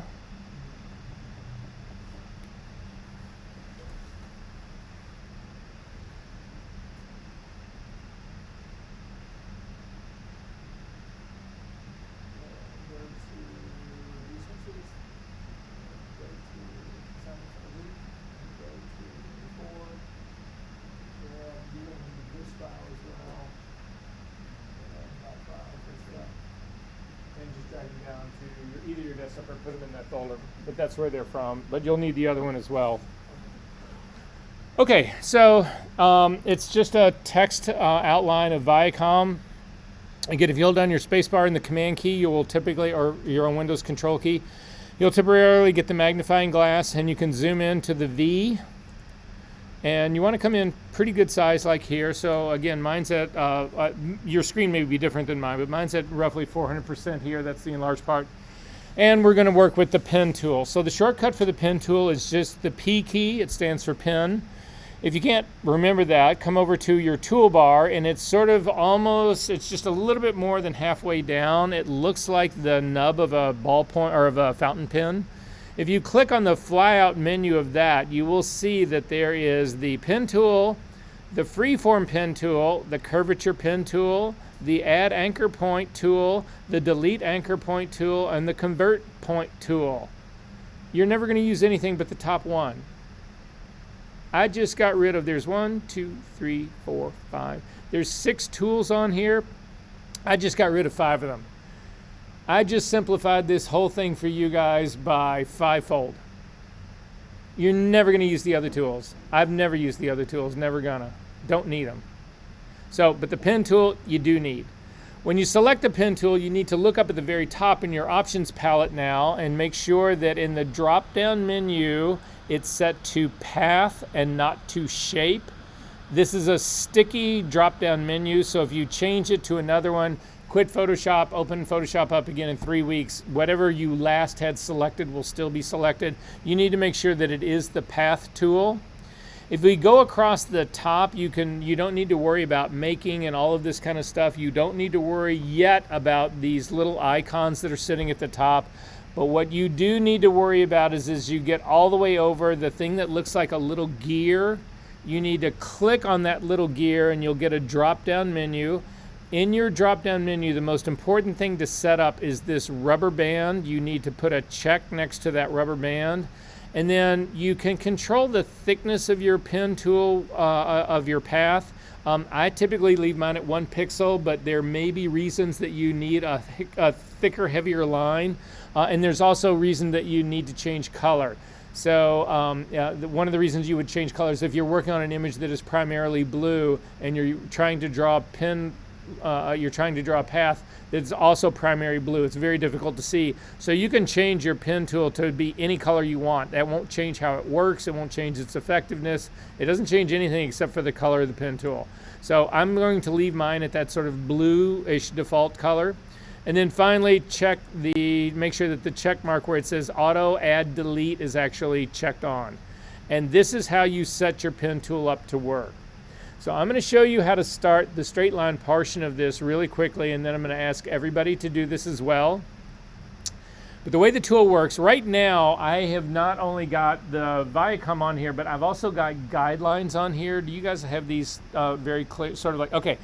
So these guidelines are non-printing characters, and you can show and hide them. You can actually show and hide a lot of stuff in Photoshop. To hide them, you actually want to hit Command H. When you do that, the very first time, a window will come up and say, do you want to hide extras or do you want to hide Photoshop? You want to select extras. Extras are things like guidelines. Extras are also things like selections. So if you hit Command H again, it will bring those back. If you hit your L key to get a lasso tool and draw out a selection and hit Command H, it will hide the guidelines and the selection, but that selection is still there. That's still happening. If you hit Command H again, it comes back. The reason this is important is that there are times, like right now would be one of them, where you've got these non-printing character elements that are in our way. Now, the selection that I've got going is not hiding the point that I'm trying to pick in the beginning, but look where it goes through right here.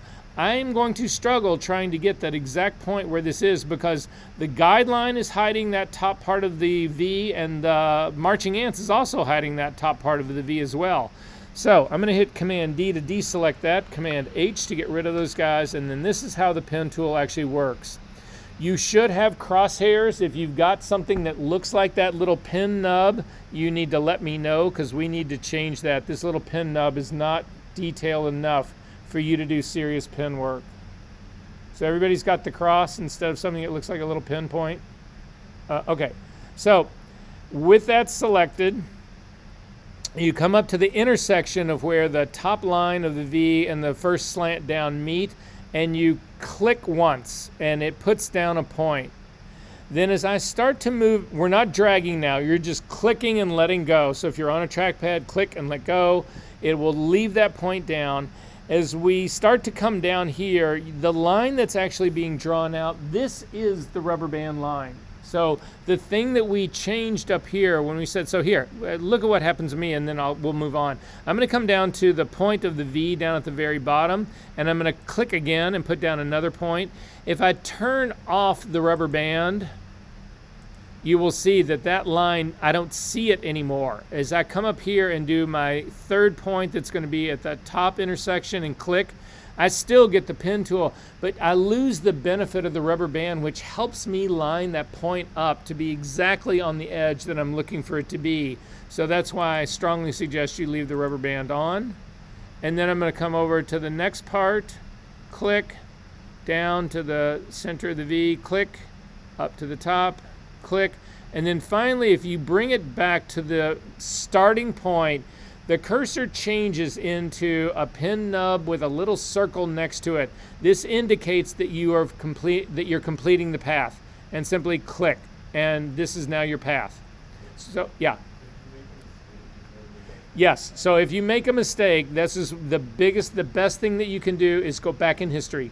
Simply go back in history, either do Command Z if it's only one step, or Command Option Z if it's multiple steps, or just go back in your history palette. This is one of the great tricks about how to get this tool to work, is if you make a mistake, undo it, don't try to fix it, because fixing it involves learning all of those other pen tools that we don't need. Make sense? I'm sorry? No, not with the pen tool. Okay, so does everybody have the V selected? Okay, hold down the space bar to get the hand temporarily and slide it over, and we're just going to do the eye as well. So I need everybody to click and just outline the eye. It doesn't matter whether you go clockwise or counterclockwise, it makes absolutely no difference.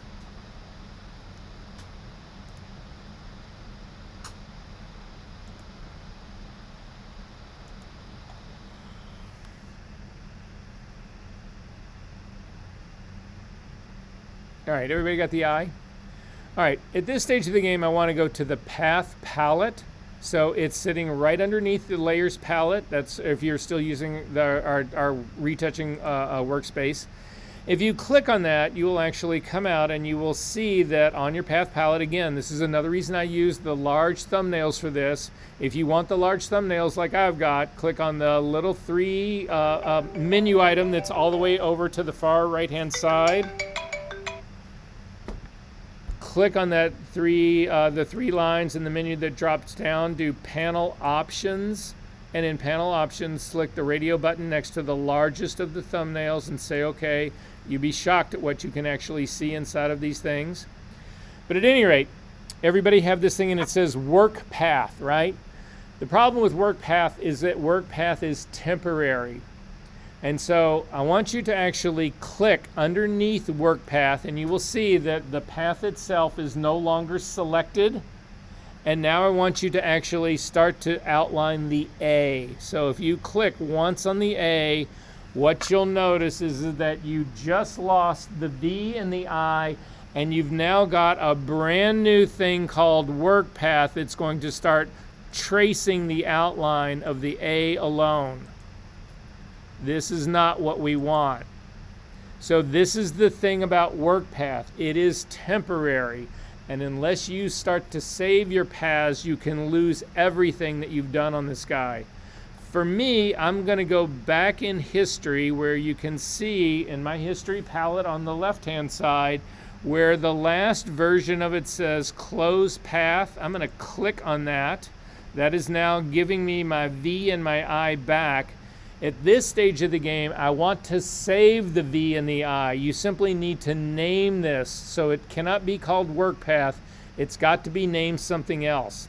If you double click on the word work path, it'll open up and you will say, okay, you want to save this thing? Yes, I do. What do you want to call it? I'm not going to call it path 1. I'm going to call it VI. So I'm just going to type in VI and say okay.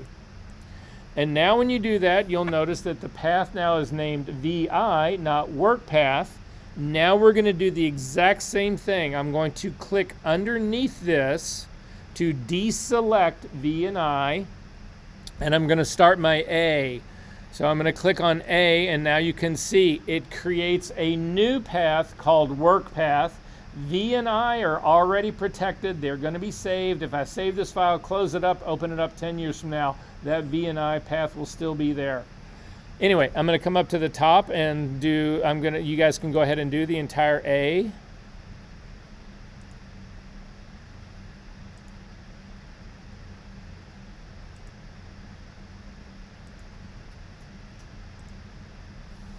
And you'll now notice that in your work path, you've got that A shape exists on here. So has everybody got this 2 work paths, a VI and an A? Anybody not? Okay, work paths can actually be copied and pasted. They can be cut and pasted. They can be all of the above. So if you select the work path that's sitting there, that's the thing that's just called work path, come up to your edit menu and come down to cut. You'll notice that you lose work path, but it has copied that path to the pasteboard, to the clipboard. Come over to your VI, click on your VI to path to make it active, and then back up to the edit menu down to paste. And you've got the A has now been copied and pasted to your other path. You can duplicate paths. So if you take a look at the bottom of your path, you'll see that there's a square with a little plus in it. That's just like it works in the layers palette. If you drag your path down to that plus with a square in it, it'll make a copy of it and it will call it VI, copy. You can throw it away if you don't want the copy. You can click and drag it and pull it down to the trash. So all of those things are available to do on that. Now, I want to continue on this, but I'm going to do it all in the VIA path, the one that I've already selected. So I'm simply going to click on this to make it active again, hold down the space bar to get the hand, come over and start to go after the C. So the C is going to be the first of our curves in here, and you need to watch how I do this to get through the whole thing. This is the trick about how you get the pen tool to work with you without having to spend the next year of your life practicing it and the other 6 pen tools that Adobe gives you for no reason. So I'm going to start with the C part, but I'm going to start with the straight line section. So I'm going to click on the C part in the very middle. I'm going to come up to the top, and again, I'm going to click a second time. Now, there are people who get really good with the pen tool, and there conceivably are some people who could come down here and click on this point down here and actually pull out and describe this entire arc. I don't do that. It takes way too much time and effort to do that. I'm going to break this arc up into 3 different spots, something that's more manageable to do. So here's the trick. I need everybody to watch this screen. Do not try and do this yet. Let me follow you through this so that we can just save time and I don't have to go around and show everybody how to do this a second time. So what you do is this. I'm going to pick another point. If you imagine this is a clock face, I'm going to pick something right around 10 o'clock here. Again, I don't break this up into really small chunks. I would not do another point here, another point here, another point here, another point here, another point here, another point here. I don't do too many, but I also don't do too few. So I wouldn't come down here and just pick this and try to get it in all one point. So I'm going to start here about 10 o'clock, and this is the trick. You click and hold your mouse button down or your trackpad down or your tablet down. You drag in the direction that you want your path to go. So my path is going down here. It's following the arc, heading towards 9 o'clock. I'm dragging in the direction, and then you do two things. The distance that you draw the lines out have a control on where the point is. So if I drag way out, you can see I'm getting a much stronger correction at my second point that's at the very top of the C. If I stay really close to this point, you can see that I get much more control near this point. Does that make sense? So what I'm doing is that I'm doing combination of distance and then also angle in here to try to get it to describe that C arc. And you can see right now mine is perfectly tracking that C arc. Let go of that control handle, come back into the center, hover over the center point, hold down your Option key and click. It gets rid of one of your two control lines, and in effect, I'm starting with a brand new point right here that has no control on it. And this is the trick to getting the tool to work and not drive you absolutely out of your mind. So I'm going to come down now to about an 8 o'clock. I'm going to click and drag in the direction I want the path to go, using again the how much I drag the line out and the angle that I sweep it in to actually get it to describe the next part of that C. Hover over the center line right here, hold down my Option key and click to get rid of the second control line. Finally come down to the point that's down at the very bottom. Do the same thing, hover over the middle, click to get rid of that control line. Now I'm back to straight line points, so I simply come up and click. I don't click and drag at all. And then I'm going to do 3 points on the inside of my C as well. Hover back over the center, hold down the Option key, click to get rid of the control point. Click and drag out the middle section, hover back over the center, hold down the Option key, click, and then finally finish your path. So I need everyone now to do the C. And if you have trouble, shout out.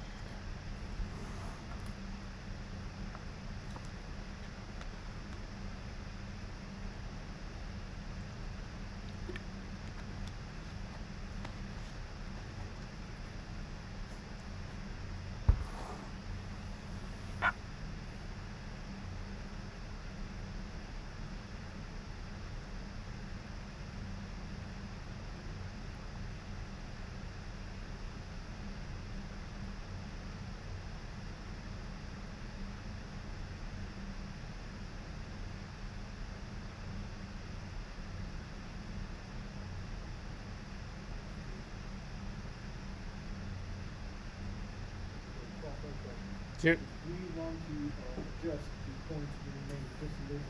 Yeah, we're going to get to that.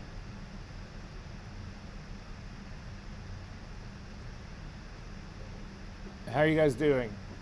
Are we good? Do we need a little more time?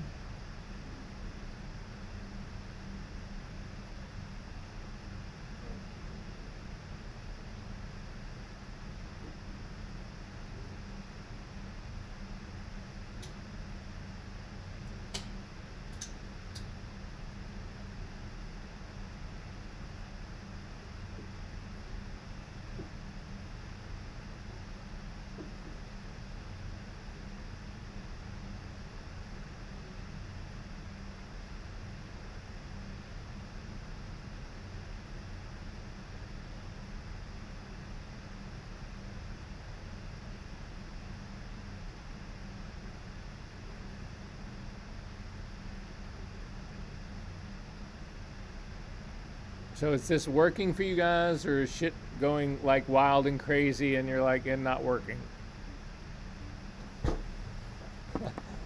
That's got it. Ain't working.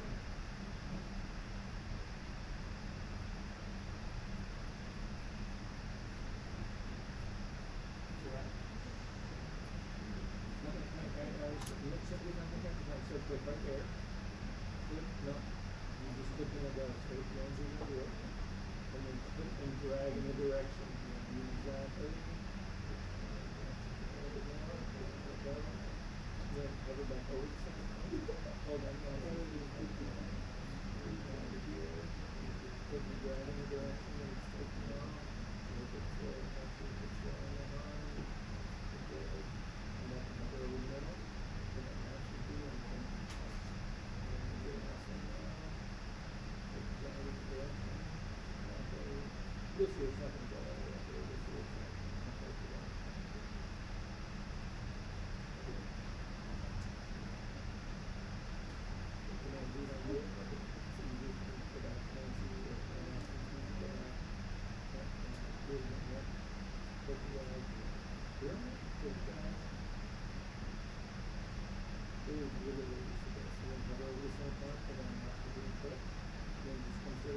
there's no clicking down, it's just a foot.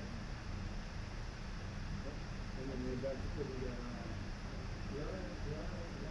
Everything else okay? Okay. I want to go after the O next, but there's something to know about the O, and it's about all path. You can change this after the fact, but to simplify the tool, to keep it, again, not something that you have to learn all this other shit about, what you always want to think about your paths is that you want to work from the outside in, not the inside out.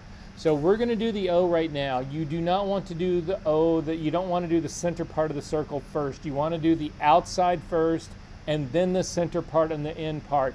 Photoshop will understand the order that you're doing this in, and it will then work the way you think it should work. So I'm going to start up at about noon. I'm going to click around at 9 o'clock. I should be able to get this roughly in 4 points, and I probably can. So if you guys can go ahead and just do the O.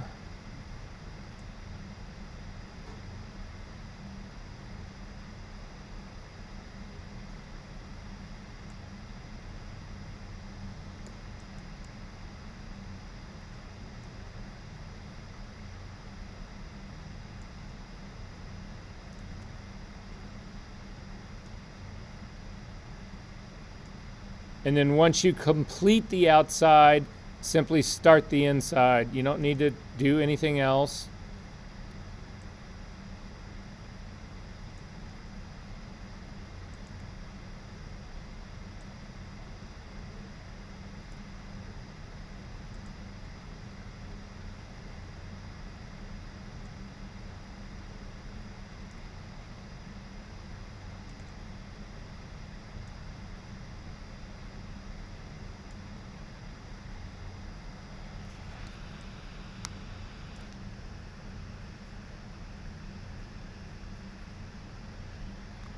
And then finally, if you're done with that, go ahead and complete the M. Again, the M is just going to be all straight line parts. There are no clicking and dragging and any of that stuff.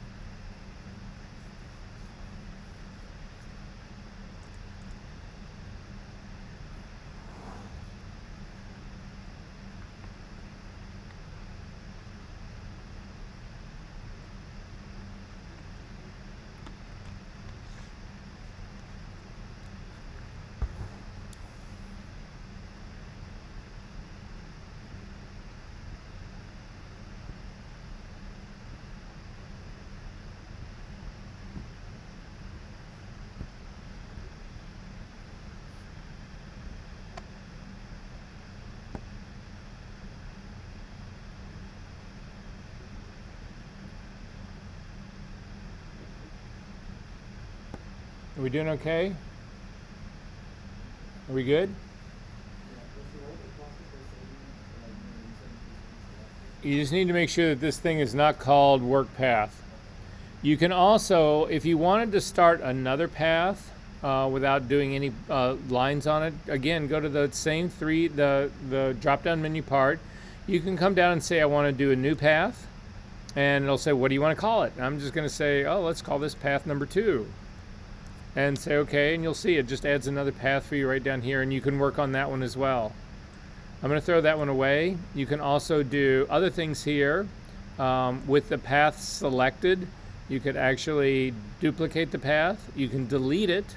You can make a selection from it, which we're going to do in a second, but we're not going to use this keyboard or the menu, drop-down menu to do that. We're actually going to use the thing that we use to load anything as a selection, which is what? Command click. So if you hover over the thumbnail of the Viacom, hold down the command key, control on Windows, and click, it will load this as marching ants. Come back over to your layers palette now. Click on the Viacom, because there's a blank white background, and then there's where all the lines are. That's actually the outline of the Viacom. Select the top one and then add a blank layer on top of that, because we're going to fill the blank layer with a different color. And I'm going to click on my foreground color picker, and I'm going to pick a red by typing in 255R, 0 green and 0 blue, and say OK to that. So red is my foreground color. I have my marching ants. I've got a blank layer that I'm going to put this on. Option delete will fill those marching ants. Command D to deselect, and look at the quality of this.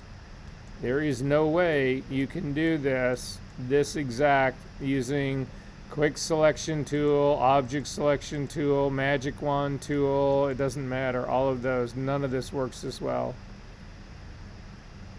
Did this work for everyone?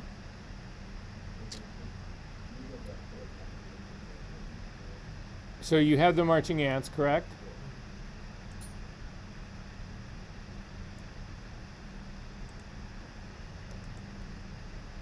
I just added a blank layer above the Viacom. So in the layers palette, make sure the top one is selected. Just hit on the little square with the plus in the middle to add a blank layer. I created red as my foreground color by clicking on the red swatch, the foreground swatch, to open up the color picker. And I simply typed in 255 red, 0 green, and 0 blue, and said OK. So now I've got a blank layer, I've got marching ants, and I've got red as my foreground color. Are you good? Your computer's doing what? Oh. All right, well, tell me when you get this far.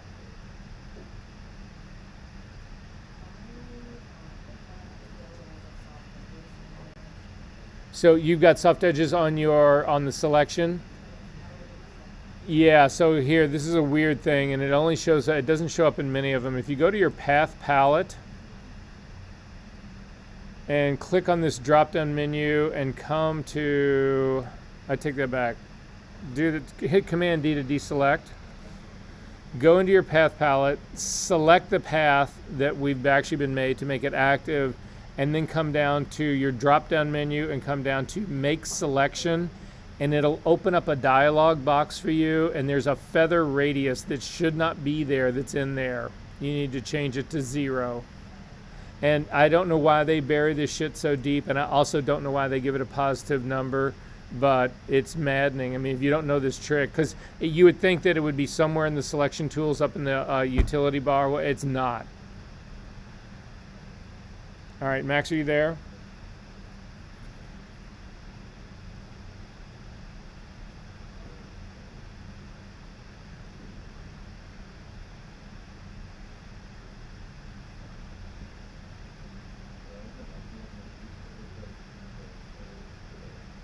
Right, so just click on the foreground color to bring up the color picker.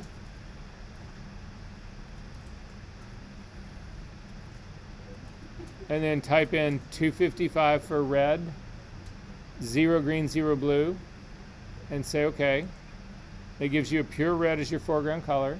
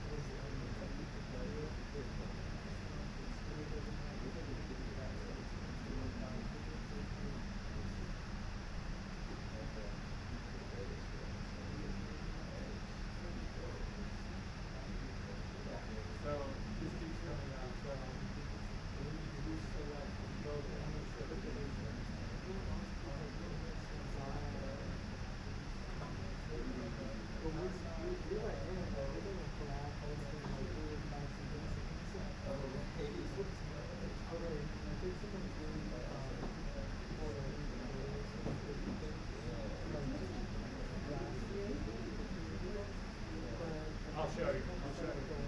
So guys, there's something else to show you really quickly. So take a look at my screen really fast. Again, I'm just going to command D to deselect up here at the menu. If you take a look, this is another reason to have your thumbnails as big as they are. You can actually see in here that the interior of my path is all in white and the exterior of my path is all in gray. And this is what it should actually look like. What's happening to some people here, my guess is that, Beto, when you did yours, did you do the inside O first and then the outside? All right, typically that should take care of it, but sometimes it doesn't. I'm just going to show you what it'll look like if it doesn't. So hang on one second. I'll show you what I'm doing in just a second.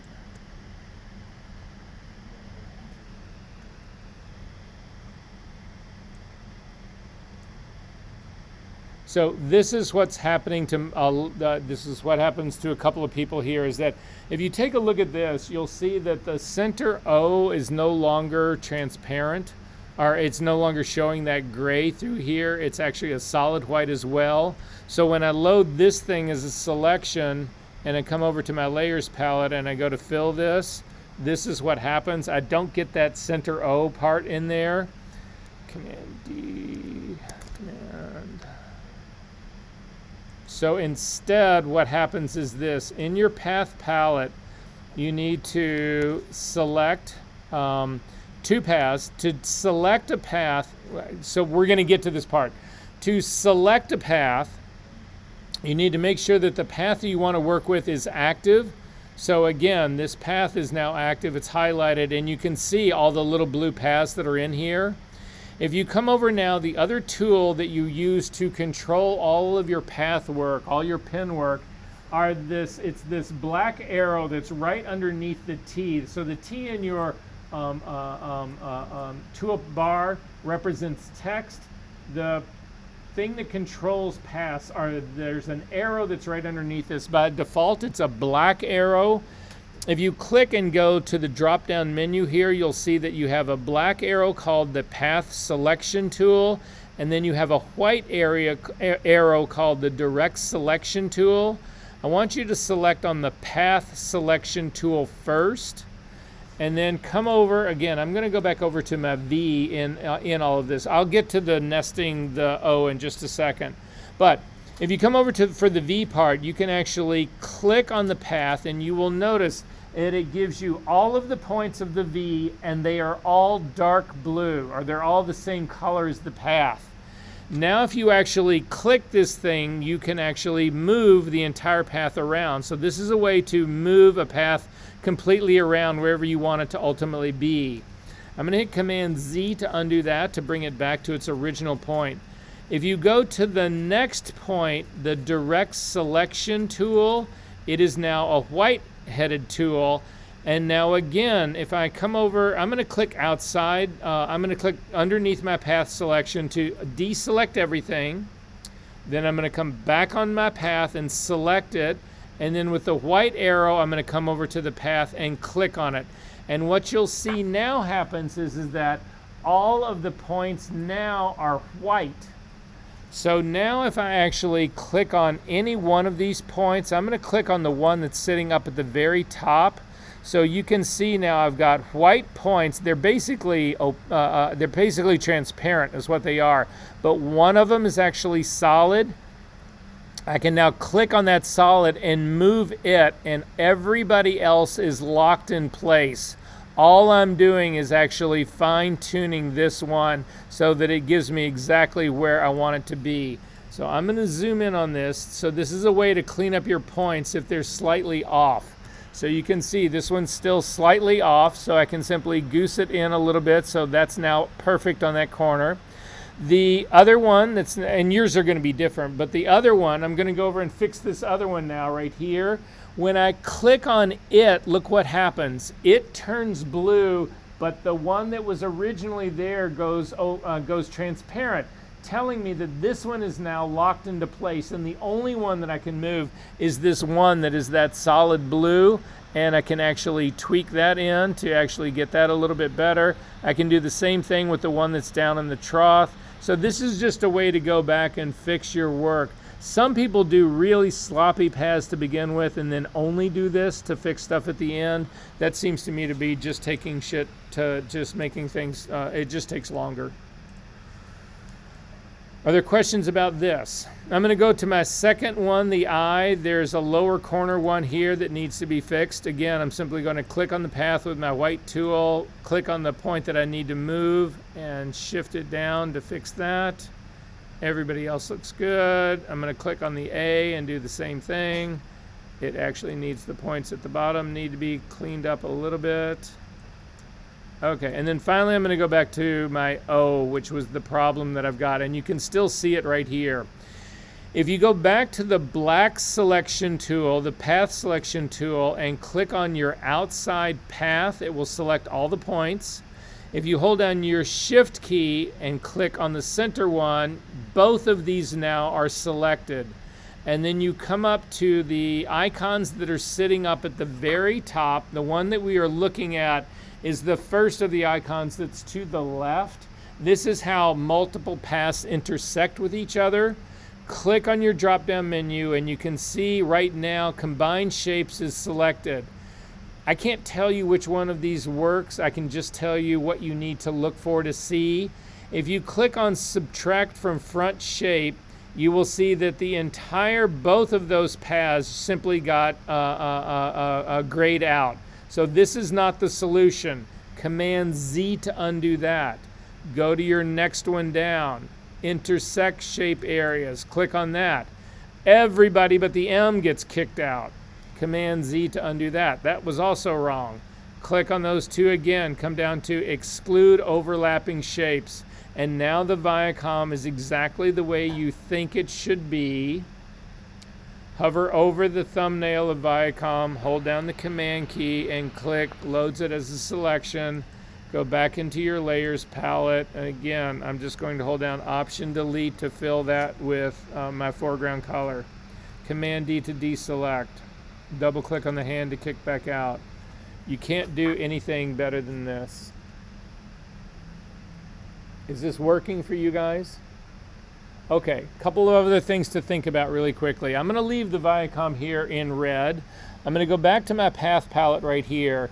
I'm going to zoom into the M. What I would like to do, so there's a term that they use in furniture making called dovetailing, and it's the way you make joints. And basically in a dovetail joint you have fingers and then you have receptacles for the fingers. And you guys have seen this on the edge of, where furniture is actually put together, edges or put together, corners are put together. What happens is the fingers fit inside and you get a mesh like this, and this is called dovetailing. And in a perfect world, these things match exactly. Well, you do dovetailing in graphic design as well, and that's what I want to do next here. What I want to do is I want to create a shape that actually fills the two voids that are underneath the bottom of the M. Does that make sense what I'm going for here? So what I want to do is I want to fill this area down here that fits up these little mountains right here. I want them to fit perfectly into the M. I don't want them to overlap. I don't want them to, I don't want to change the shape. I want to just perfectly fit these in. No, I'm going to fill this area that's underneath them. I'm going to change this area that's underneath this in this space to a different color. So my problem is this. If I come back into here, into my path palette, so I'm going to go back to my paths right here. A lot of people would try this. So we're going to create just a brand new path. So come over to the menu, the flyout menu, click on that and just do New Path. You can call it, I'm going to call it Dovetail. And say OK. And then I'm going to try to draw it. So I'm going to hit the P key to get a path. And I'm going to come down and I'm going to click in the bottom. And I'm going to come up to the top and I'm going to click up here at the top, and then I'm going to come down to the bottom again and click, and up to the top again and click, and then down to the bottom again and click. And then I'm just going to make a shape down at the bottom. It doesn't matter what you do. It doesn't matter. And just complete the path. So this is the path that I've got to actually dovetail into this. What are the chances do you think that I've gotten this exact? 0. Not going to happen. You can already see, and I didn't do this on purpose, but you can already see I'm off right here. You can see this whole line right here. This is all off. So this is not the way to actually do it. There is a much better way of doing this. I'm going to throw away the dovetail path that I just made. I'm also going to turn off the red of this layer so I can see just the path itself. I'm going to go back into path and I'm going to select this, and you've actually now got a path that's actually sitting here. I'm going to select the M and I'm going to copy it to its own path layer. So again, I'm going to go and grab the black headed arrow, click on it, come over and click on my M, and then I'm not going to cut this, I'm going to copy this. So up to the edit menu, down to copy. That's just made a copy of this path onto the clipboard. Now I'm going to add a new layer, or a new path layer, and call it new path, and I'm going to call it dovetail. And say OK. And then with this new path selected, I'm just going to go up to the edit menu and come down to paste. And I've now got a copy of the M that's exactly the same, in exactly the same spot as the M that's actually up on the VI layer. Did this work for everyone? Are we good on this part? Okay, so with your dovetail layer selected, we are now going to get rid of points and add points both. So you need to go to your white-headed arrow now, so the direct selection tool, because we need to select individual points. Remember, with the black one, we're selecting all of the points and we can move the whole thing. With the white one, you select only a single point, or there's a ways to select multiple points, which I'll show you in just 1 second. But if you click on the point that's sitting at the very top left of the M, you'll see it stays solid blue, but everybody else goes white. Now if you hit your delete key, it gets rid of that point, and it loses both of the line sections that came off of it. I want to get rid of 2 points now. I want to get rid of the point that's down in the lower part of the M in the middle. So I'm going to click on that. You'll see it stays solid blue. Everybody else goes white. Hold down your shift key and click on the second point at the top. Now I've got 2 points that are solid blue and everybody else is white. Hit the delete key. It just got rid of all of the points that surround the top part of the M, but I've got all the lower ones are still here.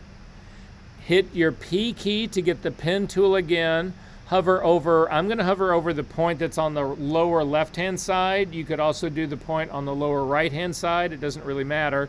But if you click on it, it will pick up your path again, and then you can just start to actually do lines. And I'm just going to complete my path by bringing it over to the other side and click and say OK to that. This is now a dovetail that's based on the points that were originally in the M, so the dovetail will be perfect. I'm going to hold down the Control key or Command key, hover over the thumbnail of dovetail, click to load this as a selection. I'm going to come back over to my layers palette. I'm going to add another layer above this. So I'm going to turn on my Viacom red. I'm going to add another layer above it so that we can keep the two separate and you can see how good the dovetail actually is. I'm going to click on my foreground color to pick a different color. I'm going to pick a green and say OK to that. And then again, I'm going to fill my selection on this upper layer with the green, Option Delete, Command D to deselect, and then go in and take a look at your work. You cannot get more precise than this.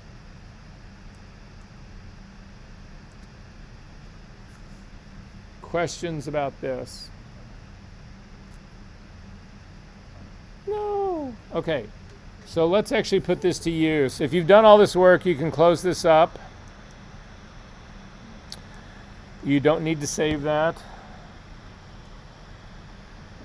We're actually going to work on an image now. So inside that same folder, so remember, all of the, just so that you know what you have inside of this, of your Session 2 folder, you have got the pen tool and pass PDF. That's how you do the setup. It talks about turning on the rubber band. It talks about, you know, dragging your curve selections and coming back over the center point, holding down the Option key, clicking to get rid of the second control handle. It's all of those things are in this PDF. in terms of the how they overlap each other. The part where we had the zero, where they were connected and we weren't getting the donut hole. This path components, how overlapping paths intersect, explains how that whole process works. And then there's the Viacom path, the path that you just worked on. Then there is your assignment folder is in here. This is not the student one. This is the assignment folder is sitting in here.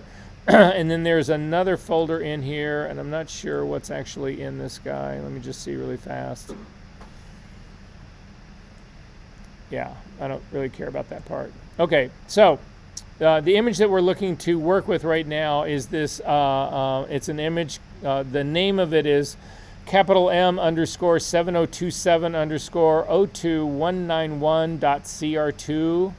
If you can double click on that guy and bring this into Photoshop, it will come into Camera Raw. You can pretty much leave it as it's standard, however it comes in here, and simply say open as object. And double click on the hand to actually make it as big as you can get it. Okay, so I want to make a selection of this. And now I'm looking at her hair, and I know that the pen tool is not going to work on her hair. So we're going to spend the rest of our day here working on this, and we'll have time now. Rarely do I get time to have a complete, have you guys be able to completely select the figure, but I think we're going to have time now to do this. So this just screams pen tool. It just screams pen tool. And so that's how we're going to actually do it. However, I've got two more tricks to show you. So I want you to watch my screen how I start out with this. You can do the first part with me though. So the first part is that I'm going to hit the P key to get the pen tool, and I'm going to zoom in. I'm going to start on the lower part, the lower left-hand part of her skirt. And so I'm just zooming in here. The thing about using this tool is you don't want to come in too tight, because if you come in too tight, you'll end up putting down 1,000 points to go an inch. And you don't want it. It doesn't need to be that perfect. So I'm just coming in, for me right now, I'm at a 200%. That's more than big enough. I could probably do this at 100%. But if you take a look at the edge that I've actually got going here, there's something that we need to think about. So my suggestion to you is that you make the pen tool run along the line where the skirt meets the background perfectly. But sometimes that just can't happen. Sometimes you're going to make a mistake and you're going to err on one side or the other. Does it matter? Well, let's look. I'm going to start with the tool, and I'm going to start, and I'm going to make an error on the inside to start with. So I'm going to click here, and I'm starting, and if you take a look at my screen, you can see that I'm staying just along the inside of the edge of the skirt. Does that make sense to everybody what's going on? Okay, and then I'm going to come around here, and I'm just going to end up my path here really fast. And I'm going to load this as a selection. So again, I'm going to go to my path palette. I'm going to command click to load this as a selection, and I'm going to come back over here and say add layer mask to this.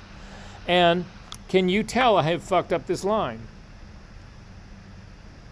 No. Can you tell that there was that just smallest amount of skirt that got cut away? No, you can't tell at all, right? All right, so I'm going to go back in time when I just opened this guy up. Now I'm going to do the mistake on the outside. I'm going to click just on the outside. And again, I'm going to stay very close to this. And come back around and do the same thing again. And I'm going to command click to load this as a selection. And put on a layer mask. Can you tell this is fucked up? So here's the trick. When you're doing this, if you have to make a mistake, if you have to err on one side or another, you want to lose the least amount, smallest little bit of what you're trying to keep, not what you're trying to get rid of. I can afford to lose a small amount of the skirt. If I put this figure on another background, nobody would ever know that I'd lost a little bit of that skirt. But if I bring it in with a small bit of this background still showing on it, you're going to spot that 100 miles away. You're going to have a composite that does not work at all. Does that make sense to everybody what's going on? Okay, so I'm going to throw away that mask, I'm going to throw away this path. The next thing, these two last tricks, and then we're going to actually start to work on this together. So my next trick is this. When I actually am coming down here with the pen tool, I want to start on this very edge, but when I get down here and I actually get right on what I think is the edge, my cursor stops being the pen tool and turns into the cursor that you use to control all of your images. It goes back to the arrowhead that's just a cursor, how you move windows and shit. So I need to be able to work. Outside of my image, but still keep my tools. To do that, you hit the F key once. When you hit the F key, you go to what is called the pasteboard, and you can see now. I'm going to make my image really small. You guys can go ahead and hit your F key once. You'll see that you're on this thing called the pasteboard, and you can move your image around, but all of your tools exist outside of this. So look at my screen really quick. I've got the pen tool selected right now. I can do pen work outside of my image. I can do all of this outside of here, whereas if I'm not on the pasteboard, I can't do that. So I'm going to get rid of all of that stuff. So now I can actually start slightly outside of my image. I can actually start down here and lead into my image, and I will be fine on that. Does that make sense? Also remember, as you're working with the pen tool, the space bar will give you the hand, and this will allow you to temporarily, without finishing your path or completing your path, move your image. So I want everybody to watch what I'm going to do right now, because this is the last trick on how to work the pen tool. So I'm going to start here on the outside. I'm going to do relatively good chunks here. So I'm going to click and drag. Now, a lot of people, I take that back. I'm going to click right here. A lot of people would just do this. They would click here because this is a relative straight line. And then they would go up to their next point right up in here, and they would click again. Do not do that. There are no straight lines in nature. That does not exist. Straight lines are man-made. That will not look organic. Even if it is a straight line, go ahead and drag that point out to put a little bend, a little bit of curve into your line. It will look much more organic. It will not look like you've done these chop blocks of straight lines to get your image done. So I'm going to Command D to deselect that, Command Option D to get rid of that. So this is how I'm going to do it. I'm going to click, drag out a little bit, and just put a small bend in it. I do not need to get rid of that second point as long as I am moving, as long as my entire path is moving in the same direction. So I do not need to come back and hold down the Option key and get rid of that second point here. I'm going to need to do it on a lot of places, but I don't need to do it here. So I can simply continue to click and drag out, hold down the space bar to get the hand and move down, and continue to work my way all the way up along here. So I'm not needing to actually get rid of those second points, but this is the next place people fuck up. I'm going to come up here to the fingers, and what most people would do is they would continue to drag the skirt up here like this. They would get up to the top and then work their way around, but then look what happens. You actually come into here, and then you crash back into your path, and you can't complete it. So again, this is exactly what I told you not to do. You need to do your entire exterior first. So I'm going to go back in history before that ever happened. I'm going to stop at this finger right here, and then I go out on the finger. This is a place where I am going to need to hold down my Option key and get rid of it. And then I'm going to start to work my way into the fingers right here. Then I'll come back once I complete the entire exterior and do this interior small little path right here, just like we did the donut hole. Make sense? If you don't stay on the outside of this, you're going to get so confused, and it's going to be a nightmare. The last thing I'm going to show you is this.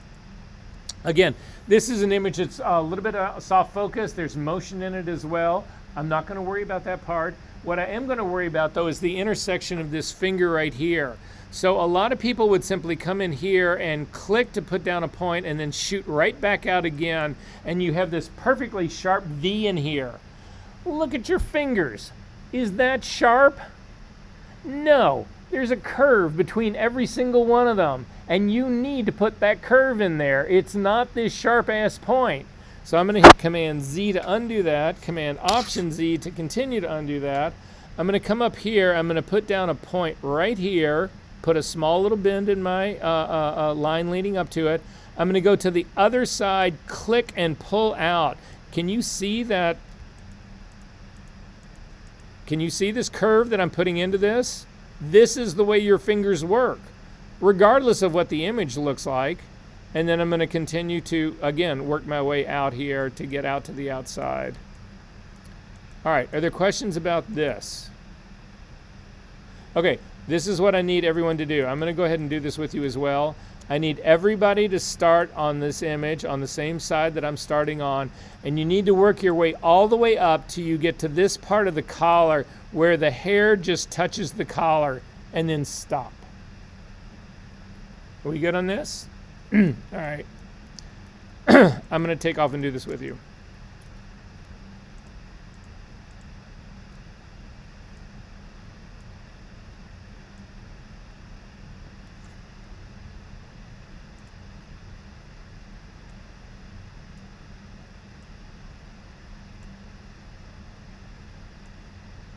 Everybody look at my screen really quickly. There's a small amount of thumbnail that's overlapping this finger right here. There's people who would be very tempted to cut that off. Keeping that small amount of thumbnail in there is what makes your paths look believable. Do not avoid those kind of details. They're totally what lend a believable air to this. And again, if you have to make a mistake and err on one side, chop off part of the hand or part of the skirt or part of the jacket. Do not keep part of the background.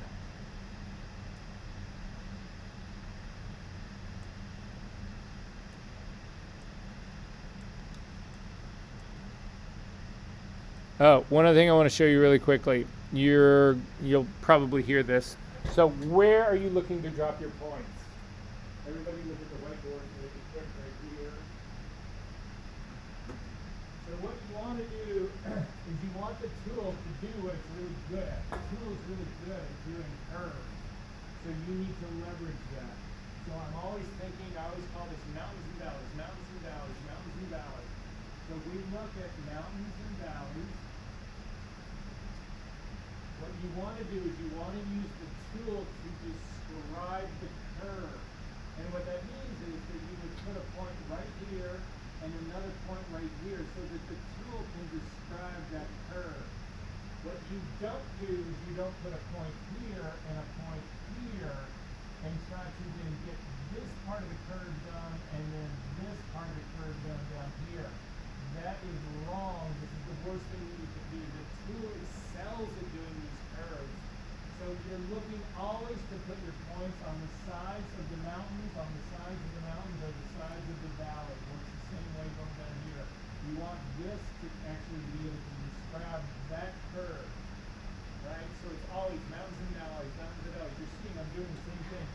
Right here, the point that I'm at, I don't want to put a point at the peak of where that part of her thumb knuckle is out.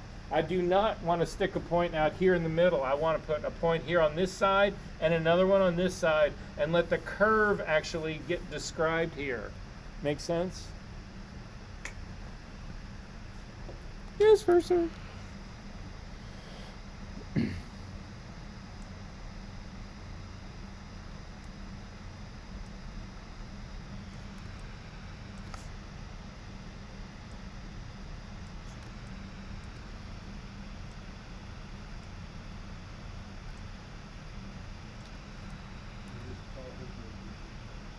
So what? Still can't hear you. Oh, no, this is not homework. This is in-class work. When you get to the little ruffles of the leather, the highlights, make sure that you don't just sweep right through those guys. Try to catch some of that.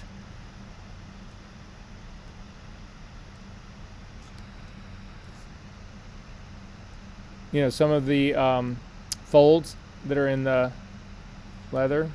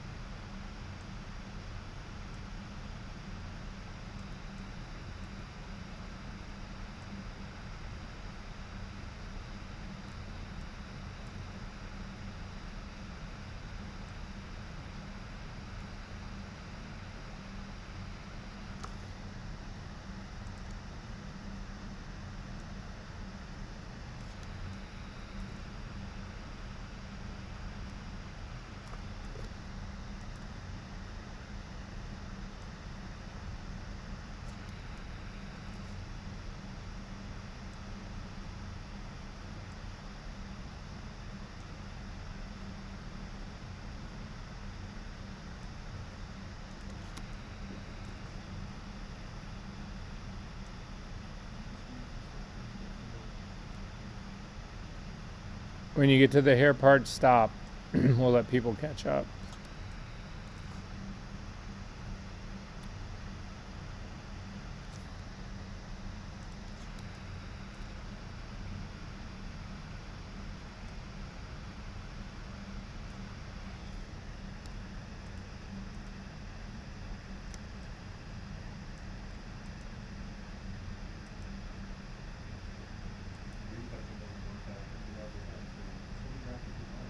So what?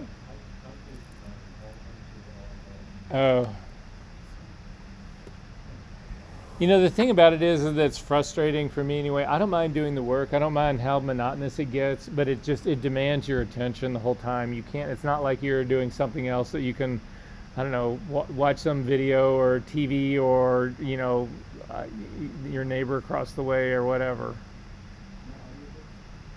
Oh, you can do that. You can listen to that. I listen to music. I do, you know. Yeah. So what? Oh yeah, there you go. Right.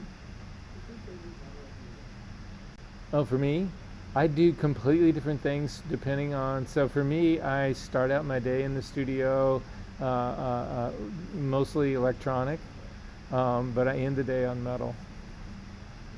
Oh yeah, yeah. There's nothing better than metal to break a studio down. I mean, loud, angry metal. Well, exactly. That's the whole reason. And then in the middle of the day, I'll go all over the place. So I'll do a lot of. Again, I play a lot of what models want to hear. So there's a lot of hip hop. There's a lot of, you know. It all just depends. There's a lot of pop. I have more Taylor Swift than I ever thought I would.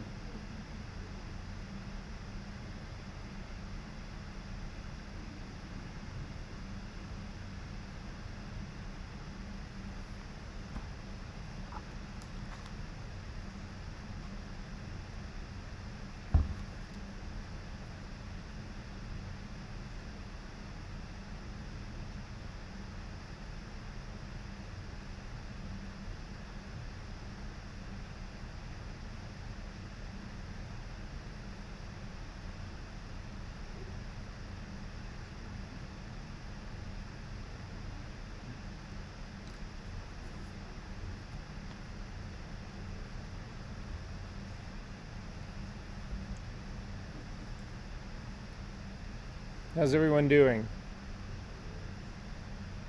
Are you getting kind of close? Okay, do me a favor, look up at my screen because I'm just going to show you where to go next. So you can just take a quick second here just to look at my screen. I'm going to show you where we need to go next so that once you get there you can continue on. So I have managed to get all the way up to the place where the leather jacket collar is actually beginning to just touch the hair part. At this stage of the game, simply go out into the figure. So look at my screen again. I'm just going to start to zip out into the figure. I'm going to make my cursor a little bit smaller. And all I'm doing is I'm just going to throw down a point. It doesn't matter where it is. And then you want to zoom in to where the hair touches the collar on the other side. And you want to lay down a point there and then start to work the other side of the leather jacket and go ahead and finish this up.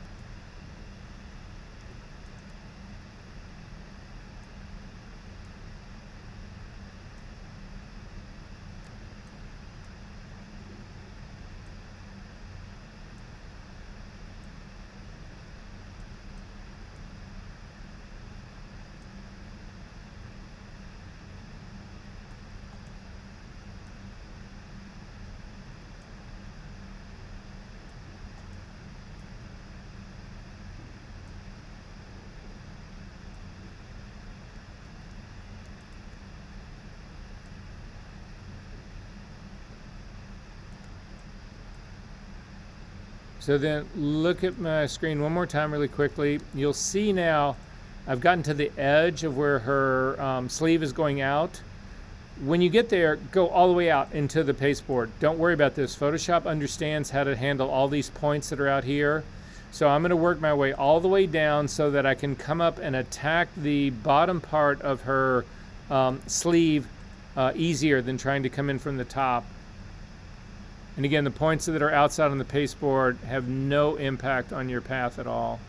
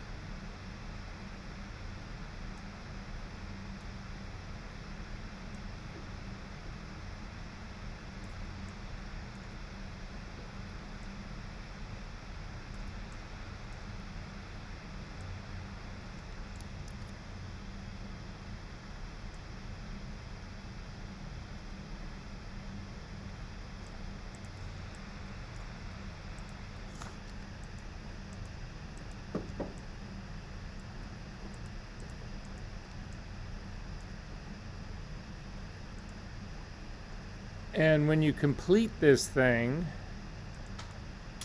make sure that you double click on the word work path and call it body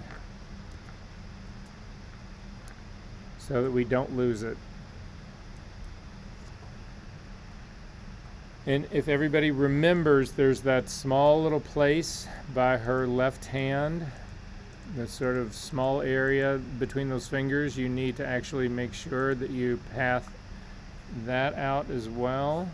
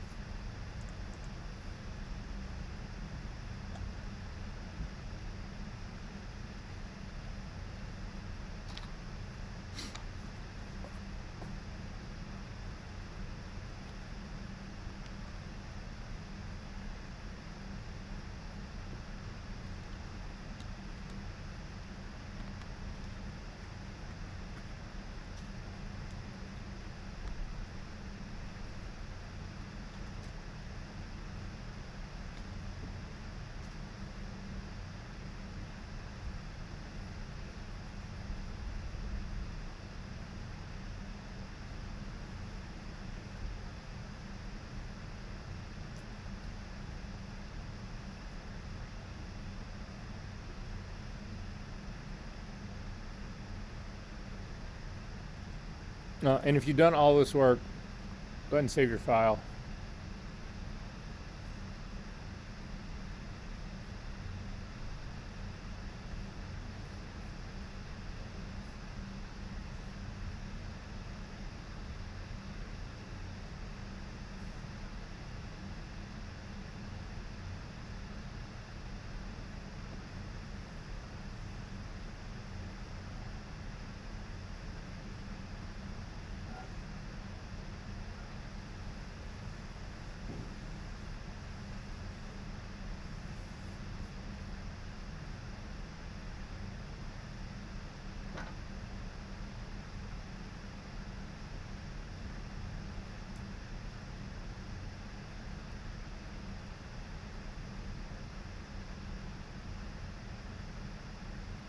All right, so I'm going to give this another 2 or 3 minutes.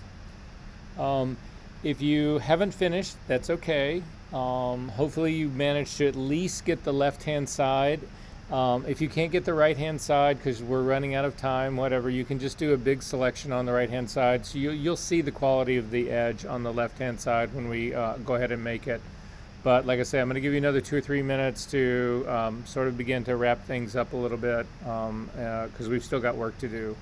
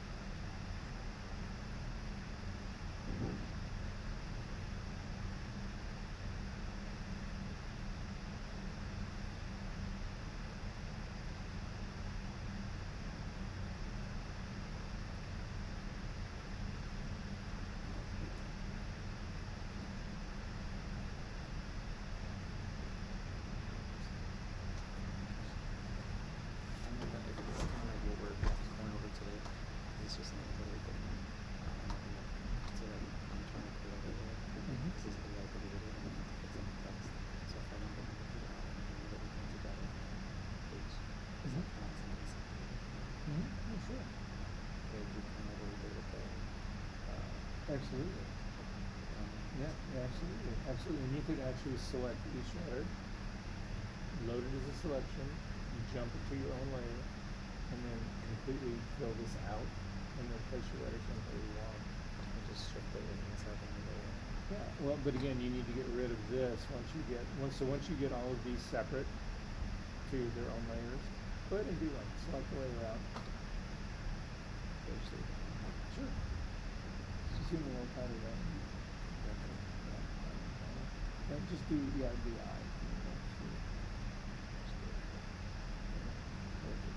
then go to your just command click down as a selection.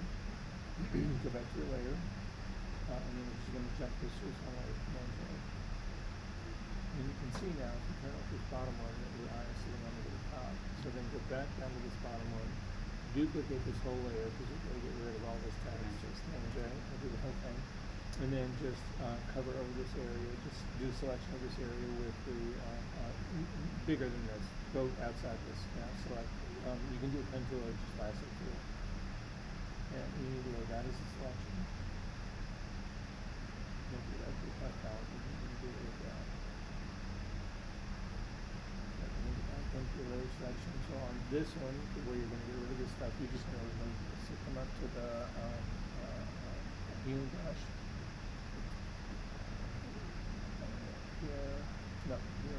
This one right here. Yeah, like that healing brush. Click in the flyout menu. Do remove. Oh, that actually lets you do it. Let me just take over right now.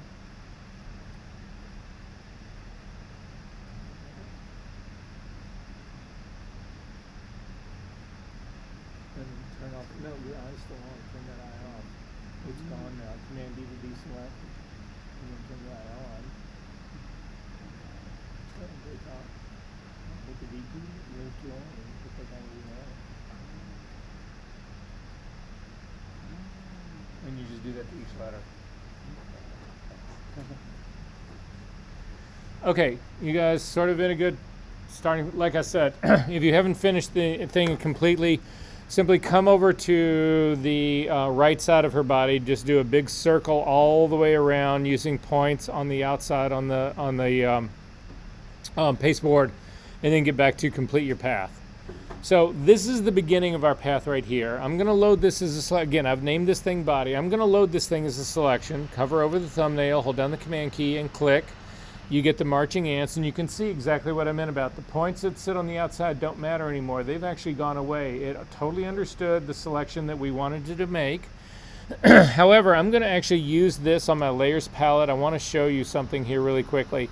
I'm actually going to do, I'm going to just put a layer mask on here like this to hide everything. And then I'm going to zoom in and take a look at the edge of this. And the problem that you have, if you take a look at this edge, is that the edge is just too sharp.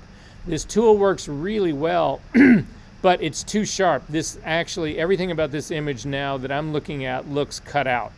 All of this is just, these edges, it's too perfectly done. So we can't have that part. So I'm going to throw away this layer mask. I'm going to go back to my path palette. I'm going to load this a second time. So again, command click on the thumbnail to load this as a selection. Before you save this as a selection or before you use it as a layer mask, you need to soften that edge just a little bit. To soften it, come up to your select menu, down to modify, down to feather. This is going to happen in all of your assignments for your homework. So pay attention to this part. So again, you make the selection up to the select menu, down to modify, down to feather, and I'm going to put in a feather of 1 pixel here. You can do less. Some people will put in a 0.5 pixel, some people, anyway, this is one way of doing it. There's a couple of ways. I'm going to go ahead and say okay to that. And then again, I'm going to go back into my layers palette and I'm going to add this as a layer mask. And now look at your edge here. This edge is no longer looking like it got cut out with an X-Acto knife.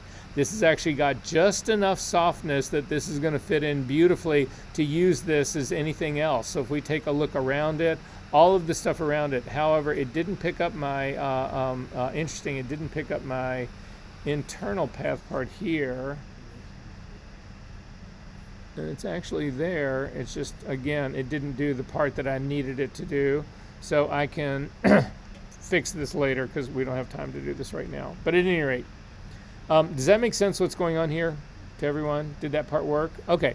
So with that being said, I'm going to create now a selection, feather it, and then I'm going to save that selection because I need to build a complete selection of her body and I need to add her head to this. So I'm going to do the exact same thing I did before. I'm going to go in and I'm going to throw away the layer mask that I just did.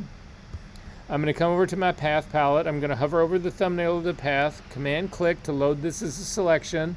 I'm going to come up to the select menu, down to modify, down to feather, and I'm going to leave it as a 1 pixel feather, and I'm going to say okay to that. And then I'm going to save this selection. So up to the select menu, down to save selection, and I'm just going to call it body feathered.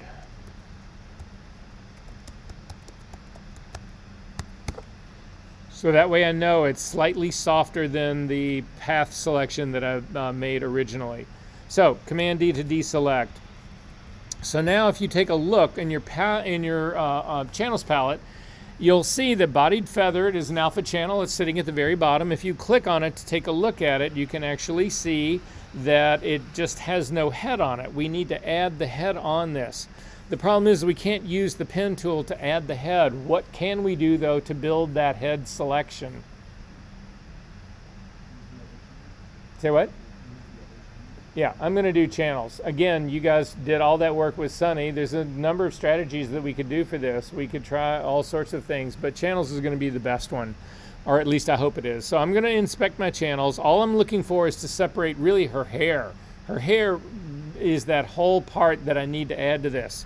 So I'm going to click on my red channel and take a look. And my red channel's got relatively good contrast between her hair and the background right here. I'm less concerned about the lower part of the building than the upper part of the building. The upper part of the building is lighter. Again, I want as much contrast going into this between her hair and the building as I can get. So that's what the red channel looks like. I'm going to click on the green. And the green actually adds a little bit more detail to her hair. In the part that's down by her ears, I don't care about that. I just care about this edge. And so looking at this edge, if I zip into here, I'm going to go back to the red really quickly. I think there's more contrast between the green part of her hair on the edge here in the background than there was in the red channel. And then finally, I'm going to go to the blue channel. And the blue channel, between the blue and the green,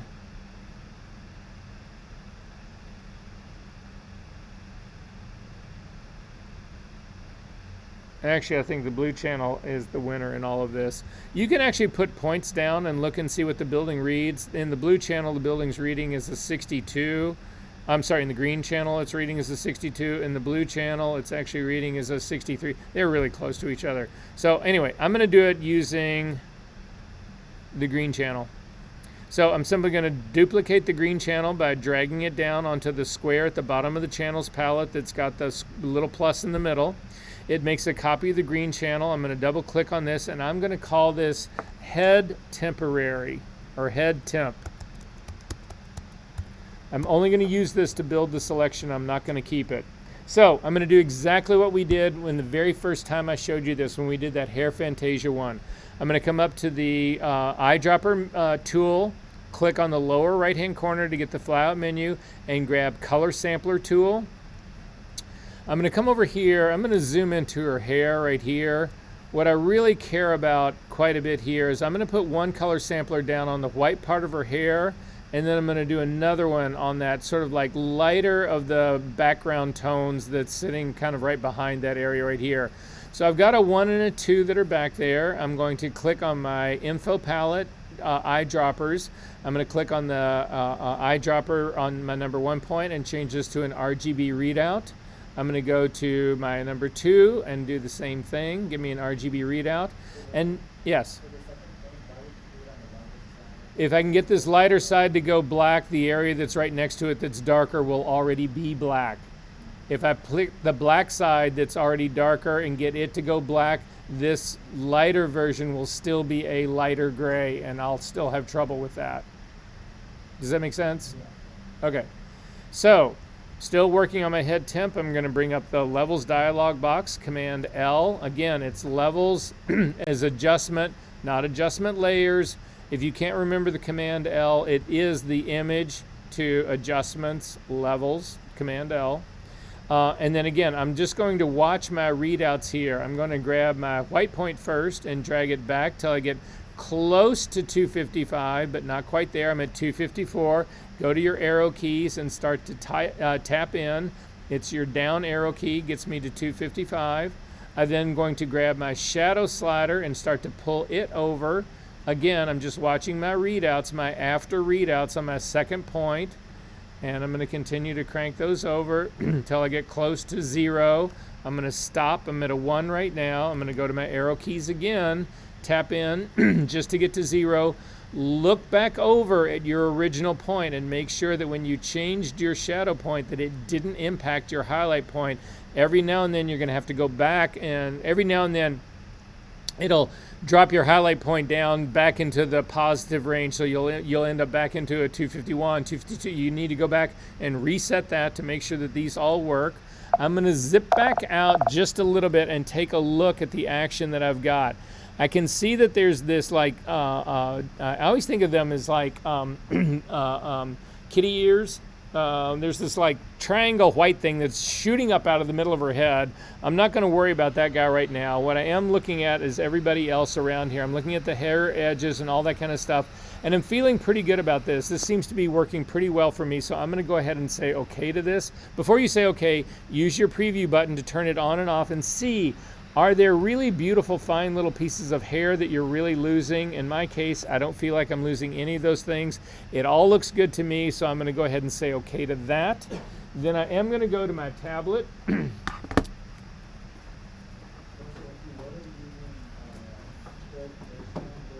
You've got to back one of the two off. It's probably going to be the dark part of the building in the background that's encroaching on it. So you simply back the slider off instead of getting that black point to go all the way there. Because you can see I've got parts of this image like right here that still need to have work done on it. So if I couldn't be that aggressive using levels, I would just know that I'm going to have to come in and do handwork on it now. Make sense? Okay, so what?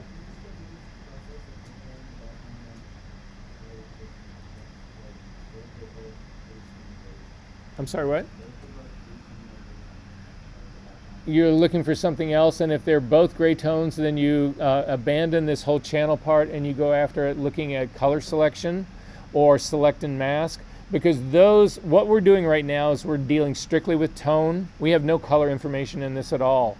But what I'm going to show you later, because I think we're going to have time to get to it, is that you can do color. When you use color range, it's not only selecting color, it's also selecting tone. And that's also how select and mask works. So you get both. You get the leverage of color, but also tone both. And so it can be more precise. But you've got to do another strategy. If you can't get any of them to work, then that's something that we get to in a week or two. You basically go in and you rebuild the hair and you fake it. So anyway, okay, I need to clean some of this up, so I'm going to zip in here. I'm going to hit the B key to get a brush. Make sure it's a regular brush, so mine is just the regular brush tool. Make sure in this case that it's a medium hard brush, because you don't want to overspray stuff that you don't want to overspray. I'm going to change the blending mode from normal down to overlay, because again, I want this to be a contrast brush. I'm going to make sure that my flow and my opacity are up at 100%. Make my brush a little bit smaller. Then black, make it my foreground color, because I'm going to start trying to work on this area to make it black into here. So I'm going to hit the X key to get black, and then I'm simply going to start working in here and keep as much of that small feathery hair as I can and work my way around that. Then I'm just going to kill a little bit of this part in here. You don't need to kill tons of it. We're just really looking for the edge of her head. So I'm going to work my way around. So everybody take a look. I'm going to show you how I deal with this big hump and thing in the middle. Let me get this part actually first. So the hump in the middle, there's a couple of strategies that you can try about this. I'm going to click and simply drag across this line like this and see what I get. That's still keeping some hair in there, and that part's actually working well for me. So then I'm going to come right back and see if I can't get the entire thing to actually go down in tone somewhat. And that gives me a pretty good line in here. I'm now need to hit this a second time. So I'm going to go after this a second time in here, try to keep a few of those strands of hair up. Make my brush considerably smaller and see if I can't get into this area right in here and here. Or take a look at this. You can see I've orphaned a number of these hairs up in here. Like you can see they're cut off right here. It's cut off right here. It's cut off right here. I'm going to change my brush back to a normal brush. I'm going to make sure it is a completely hard brush. Click up here in the top part to get that flyout menu to go out of the way. Make my brush a little bit larger. And I'm simply going to kill all of this feathery hair up here. Do you have any idea that that is missing? None. So then I'm going to go back to overlay.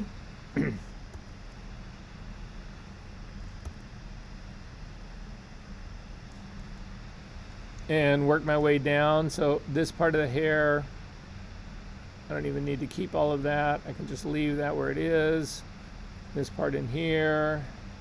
Go back to a normal brush and get rid of the rest of this.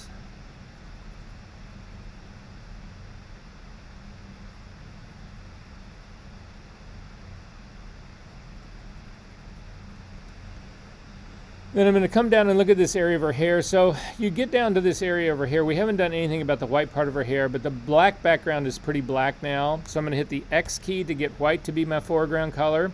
I'm going to make my brush considerably softer now, all the way soft, because again, I'm going to be working near this edge. Stay away from the edge in its entirety, but I can use this brush set to overlay now to actually stay just away from the edge. Let some of the overspray go out to the edge, but to go ahead and get some of this darker, I'm going to hit her nose, and you got to hit her nose a couple of times to actually get it to go as well. Same thing with her lips.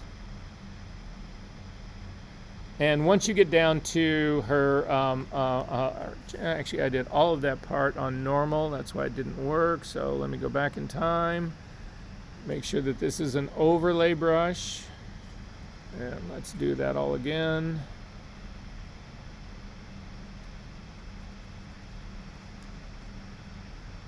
Now I actually brought back all of this. So let me get the bone thing out.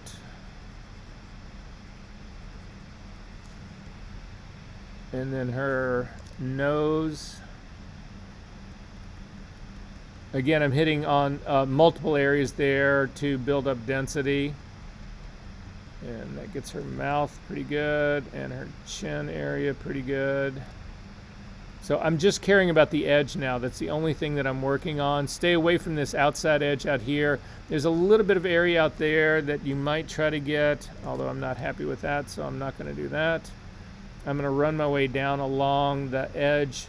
Again, stay away from the fine little hairs that are sitting on the outside, but you can get the rest of this part, the highlights that are in there. I'm going to come back to the outside of the jacket again, and I'm good there. So if you take a look at my image right now, what you'll see is I'm going to zip back out, that I've got most of the outside of the edge and the transition is actually done correctly. So I'm going to go back to a normal brush at this point. White is still my foreground color. I'm going to make sure it's a completely hard brush so that I don't overspray into the background at all. And I'm simply going to paint through all of this. And once you get a relatively healthy edge going, you can actually take the L key, your lasso tool, and you can circle really big areas that stay inside this line that you've actually established. And now with this all selected, white is my foreground color, Option Delete fills that with white, Command D to deselect. And then I'm going to do a little bit more work to get this down just a little bit further on her body. So again, back to the B key, and just in this part in here.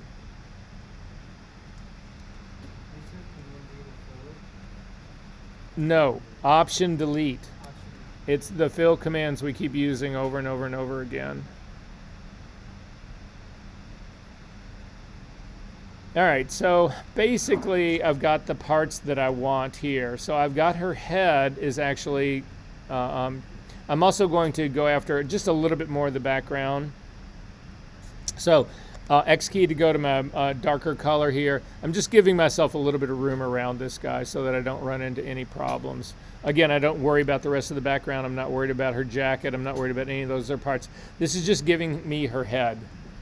So has everybody got a reasonable selection of her head? Okay, we're going to see how good this is and what it really does. So I'm going to load this as a selection. So again, Command click on this head, on the icon. It loads this as a selection. Watch my screen really quickly. You can do this as well, but watch my screen. I'm going to do just a blank new layer here. Green is my foreground color. It doesn't matter what your foreground color is. And I'm just going to start painting on her head. And what you can see is that the selection is restricting where I can actually go. So outside of this selection, it's all being protected. The selection is controlling where I can actually do the painting of all of this. Does that make sense what's going on? This part's really critical. So again, if you've got a selection and you start to paint, the area that is selected will allow the ink to go down, but the area that's outside of that selection is protected. So no matter how hard I try to paint green out under this background here, it can't paint because it's not part of my active selection. Does that make sense to everyone? Okay, I'm going to hit Command D to deselect. I'm going to throw away that layer number 1, but this is the key about how we put that head on the body. So I'm going to load the head temp again. So hover over the thumbnail of head temp, hold down the Command key or the Control key, click to load this as a selection, and then I'm going to go to my feathered body selection, the thing that I saved that said bodied feather. I'm now going to use this selection to control where I can paint in here. So I'm going to zip into this a little bit closer, hit the B key to get a brush, hit the X key to make sure white is my foreground color, and then I'm simply going to start painting on all of this area. The selection will control where I can actually paint, and I'm done. Something to be aware of though, I need everybody to look at my screen really closely. I'm going to zoom in on this guy really fast. I'm going to hit Command Z to undo that. I want to show you this again. This is the selection of the edge of my hair that's going on right here. I'm going to go across this one time, and you can see it actually puts in not only white, but there's areas of hair in here that are lighter gray. I need those to stay that lighter gray. I do not want those to go to white, because those lighter grays are what give me the transparency of the hair that allow this background and the hair to merge together and be believable. Watch what happens when I hit this a second time. You're going to see that all of a sudden, all of those feathered areas that had some tone in them, start to move to white, and my outline looks much more cut out than it did before. I don't have those softer edges, those transition edges. It just gets harder and harder. So when you do this, I'm going to go back in time. When you do this, you want to, for the edge parts of this, you want to circle this with your brush one time. You do not want to ever pick up your stylist and then drop it back down and hit it a second time. So I'm going to go over all of this. I'm just scrubbing the whole time. And then once I get down to here like this, I can go back like this because I've never picked my cursor up. Remember, this is an opacity change here. So if I don't pick my cursor up, the opacity will not build on this. It's only when I actually lift my cursor up or my stylist up and then go back and hit it again that it will build that density. But I'm not going to hit mine again. I'm just going to use mine to clean up the edges that are in the very middle. Again, to feather the selection, then you worry about picking up too much background because it's going to go out into the background as well. So I just pay a lot of attention to the fact that I don't hit those edges that have anything that have transparency in them. I don't hit them more than once. Did this work for everyone? Yes, because the selection is controlling where the ink is allowed to be put down. Okay, Command D to deselect on this. So I'm going to then throw away my head temp. It's done its work. Again, I'm all about housekeeping in this game because this shit can get really confusing. You can end up with hundreds of these, and don't keep stuff that you don't need. And that's why I named it temporary. All it was designed to do was to give me this extension part here. So I'm going to come back over to my layers palette. I'm going to, I'm not even going to duplicate my layer. I'm just going to do some interesting, what I think is going to be other interesting work, I hope. I'm going to load the body. So I'm going to hover over this body feathered. I'm going to hold down the Command key and click to load this as a selection. And then I'm going to come over to my layers palette, and I'm going to add an adjustment layer. And the adjustment layer I'm going to add is black and white. And you can see that when I actually added that, it made the girl black and white. But that's really not the design of this for me. Again, I'm a fashion shooter, so for me, I want just the inverse of this. I want the buildings and the backgrounds to be, I want to suppress them so that the girl really pops up off of this. So to do that, I'm just going to hit Command I to invert it. And now the background is actually made considerably darker. Not considerably darker, but black and white. And the girl lifts up on it more because she's actually still in color. And I want you to zoom in and take a look at your edge. Take a look at this. So I'm going to throw my adjustment layer away.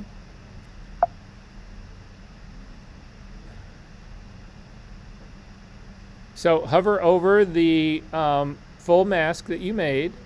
Hover over the thumbnail, Command click to load it as a selection. Then over to your layers palette, the circle that's half black, half white. Click on that. We're just adding an adjustment layer. At the bottom of your layers palette, the circle that's half black, half white. Click on that, you'll get a flyout menu. Come up to black and white. And because we had a selection going, it makes a layer mask for you based on that selection. So there's a layer mask on here. But I need to invert it because this is making the girl black and white. I want to make the background black and white. I want to keep her in color. So just hit Command I. It just inverts the layer mask. I have a question. I'm just curious, like, when we hear pop, it's like, previously if you brushed all the way, like, what happened? If I did what? It's all different. Like, you say you don't, for some period you want to, like, you brush halfway. You don't want those hairs to be solid. So you're talking about when I was doing the hair and didn't want to hit it a second time. What ends up happening is it looks cut out. That's what ends up happening. The lines are too sharp. So if you zoom in and take a look at her hair, so zoom in and take a look at this really quick. Look at your mask right here. Look at this. This is like this perfectly beautiful thing. These do not look cut out. Look at this. This has actually got hair in here. It's got a little bit more tone. This is actually pretty white. These have some tone in them. Otherwise, they're all completely white, and it all looks like cut out, and it's not real. That's why. Okay, so this is the beginning of it, but I'm not done with this yet. I actually really want this girl to pop off of this thing, right? So I'm going to add another curve to this guy. So I'm simply going to come down and add an adjustment layer to this. So click on the adjustment layer, again, the icon at the bottom of your layers palette that's half black and half white, and come up and just put a curve, just a regular curve on this. Now, we can use blending modes of our curves to actually do things. So I'm going to change the blending mode. I'm not going to touch this curve at all. I'm simply going to change its blending mode from normal down to multiply. And when you do this, you can see that it makes the entire image darker. So this is a quick dodging and burning trick. If you set your image to multiply, your curve to multiply, it makes everything darker. If you come up and you set it to screen, it is the opposite. It makes everything lighter. These are just really quick dodge and burn moves that are just simple for me to do. I'm going to change this back to multiply, but I only want this on the background. So to do this so it's only on the background, we could load this layer mask again and put it onto the curve, or you can do what's called a clipping group. And so what a clipping group means is if you take a look at your properties panel, there is a little icon. It's a square with a little arrow shooting out counterclockwise and pointing down. If you click on that guy, you will see that the whole mask of your curve moved to the right. So did the property part.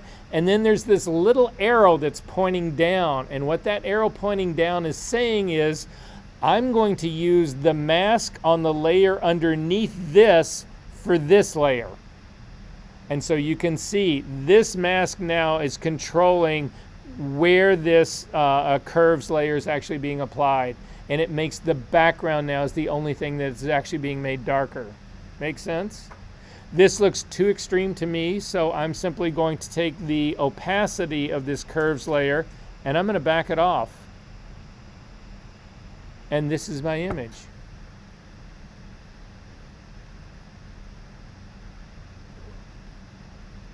Look at the quality of the edge of this. Look at this.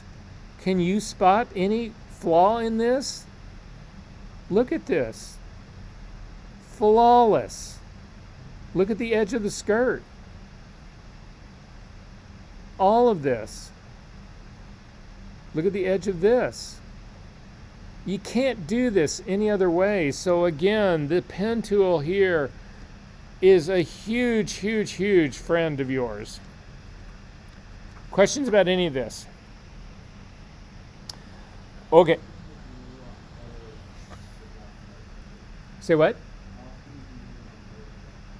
Oh, you know, all of this is about really trying to, again, because of what I do, it's just about trying to focus attention on the fashion.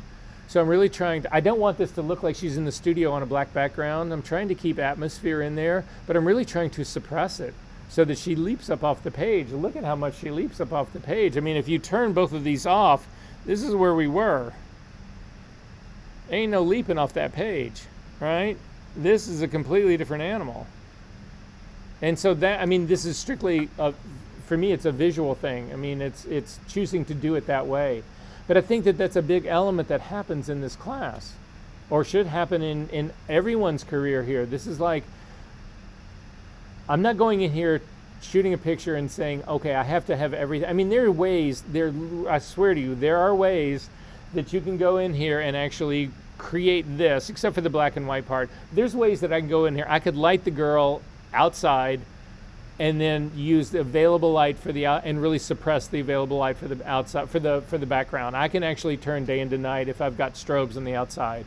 So I can hit the girl with enough power to overpower my ambient light and then start to suppress my ambient light using my shutter speed. and get this effect.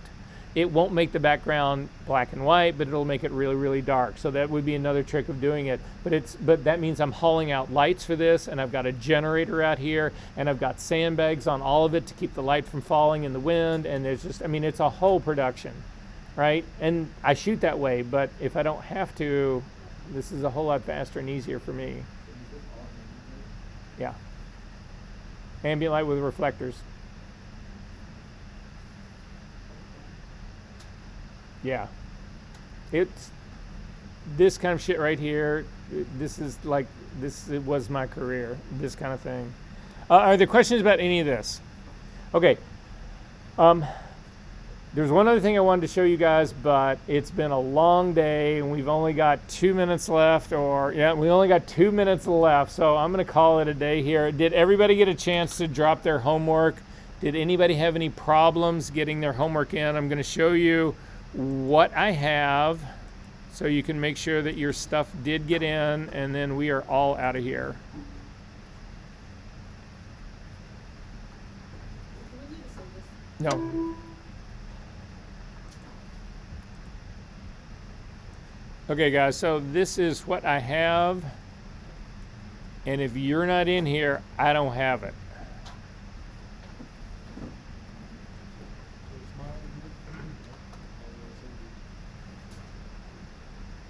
So is anybody still waiting to drop? Because I can leave this up here to go ahead and I'll leave this up here so you guys can go ahead and do your drop.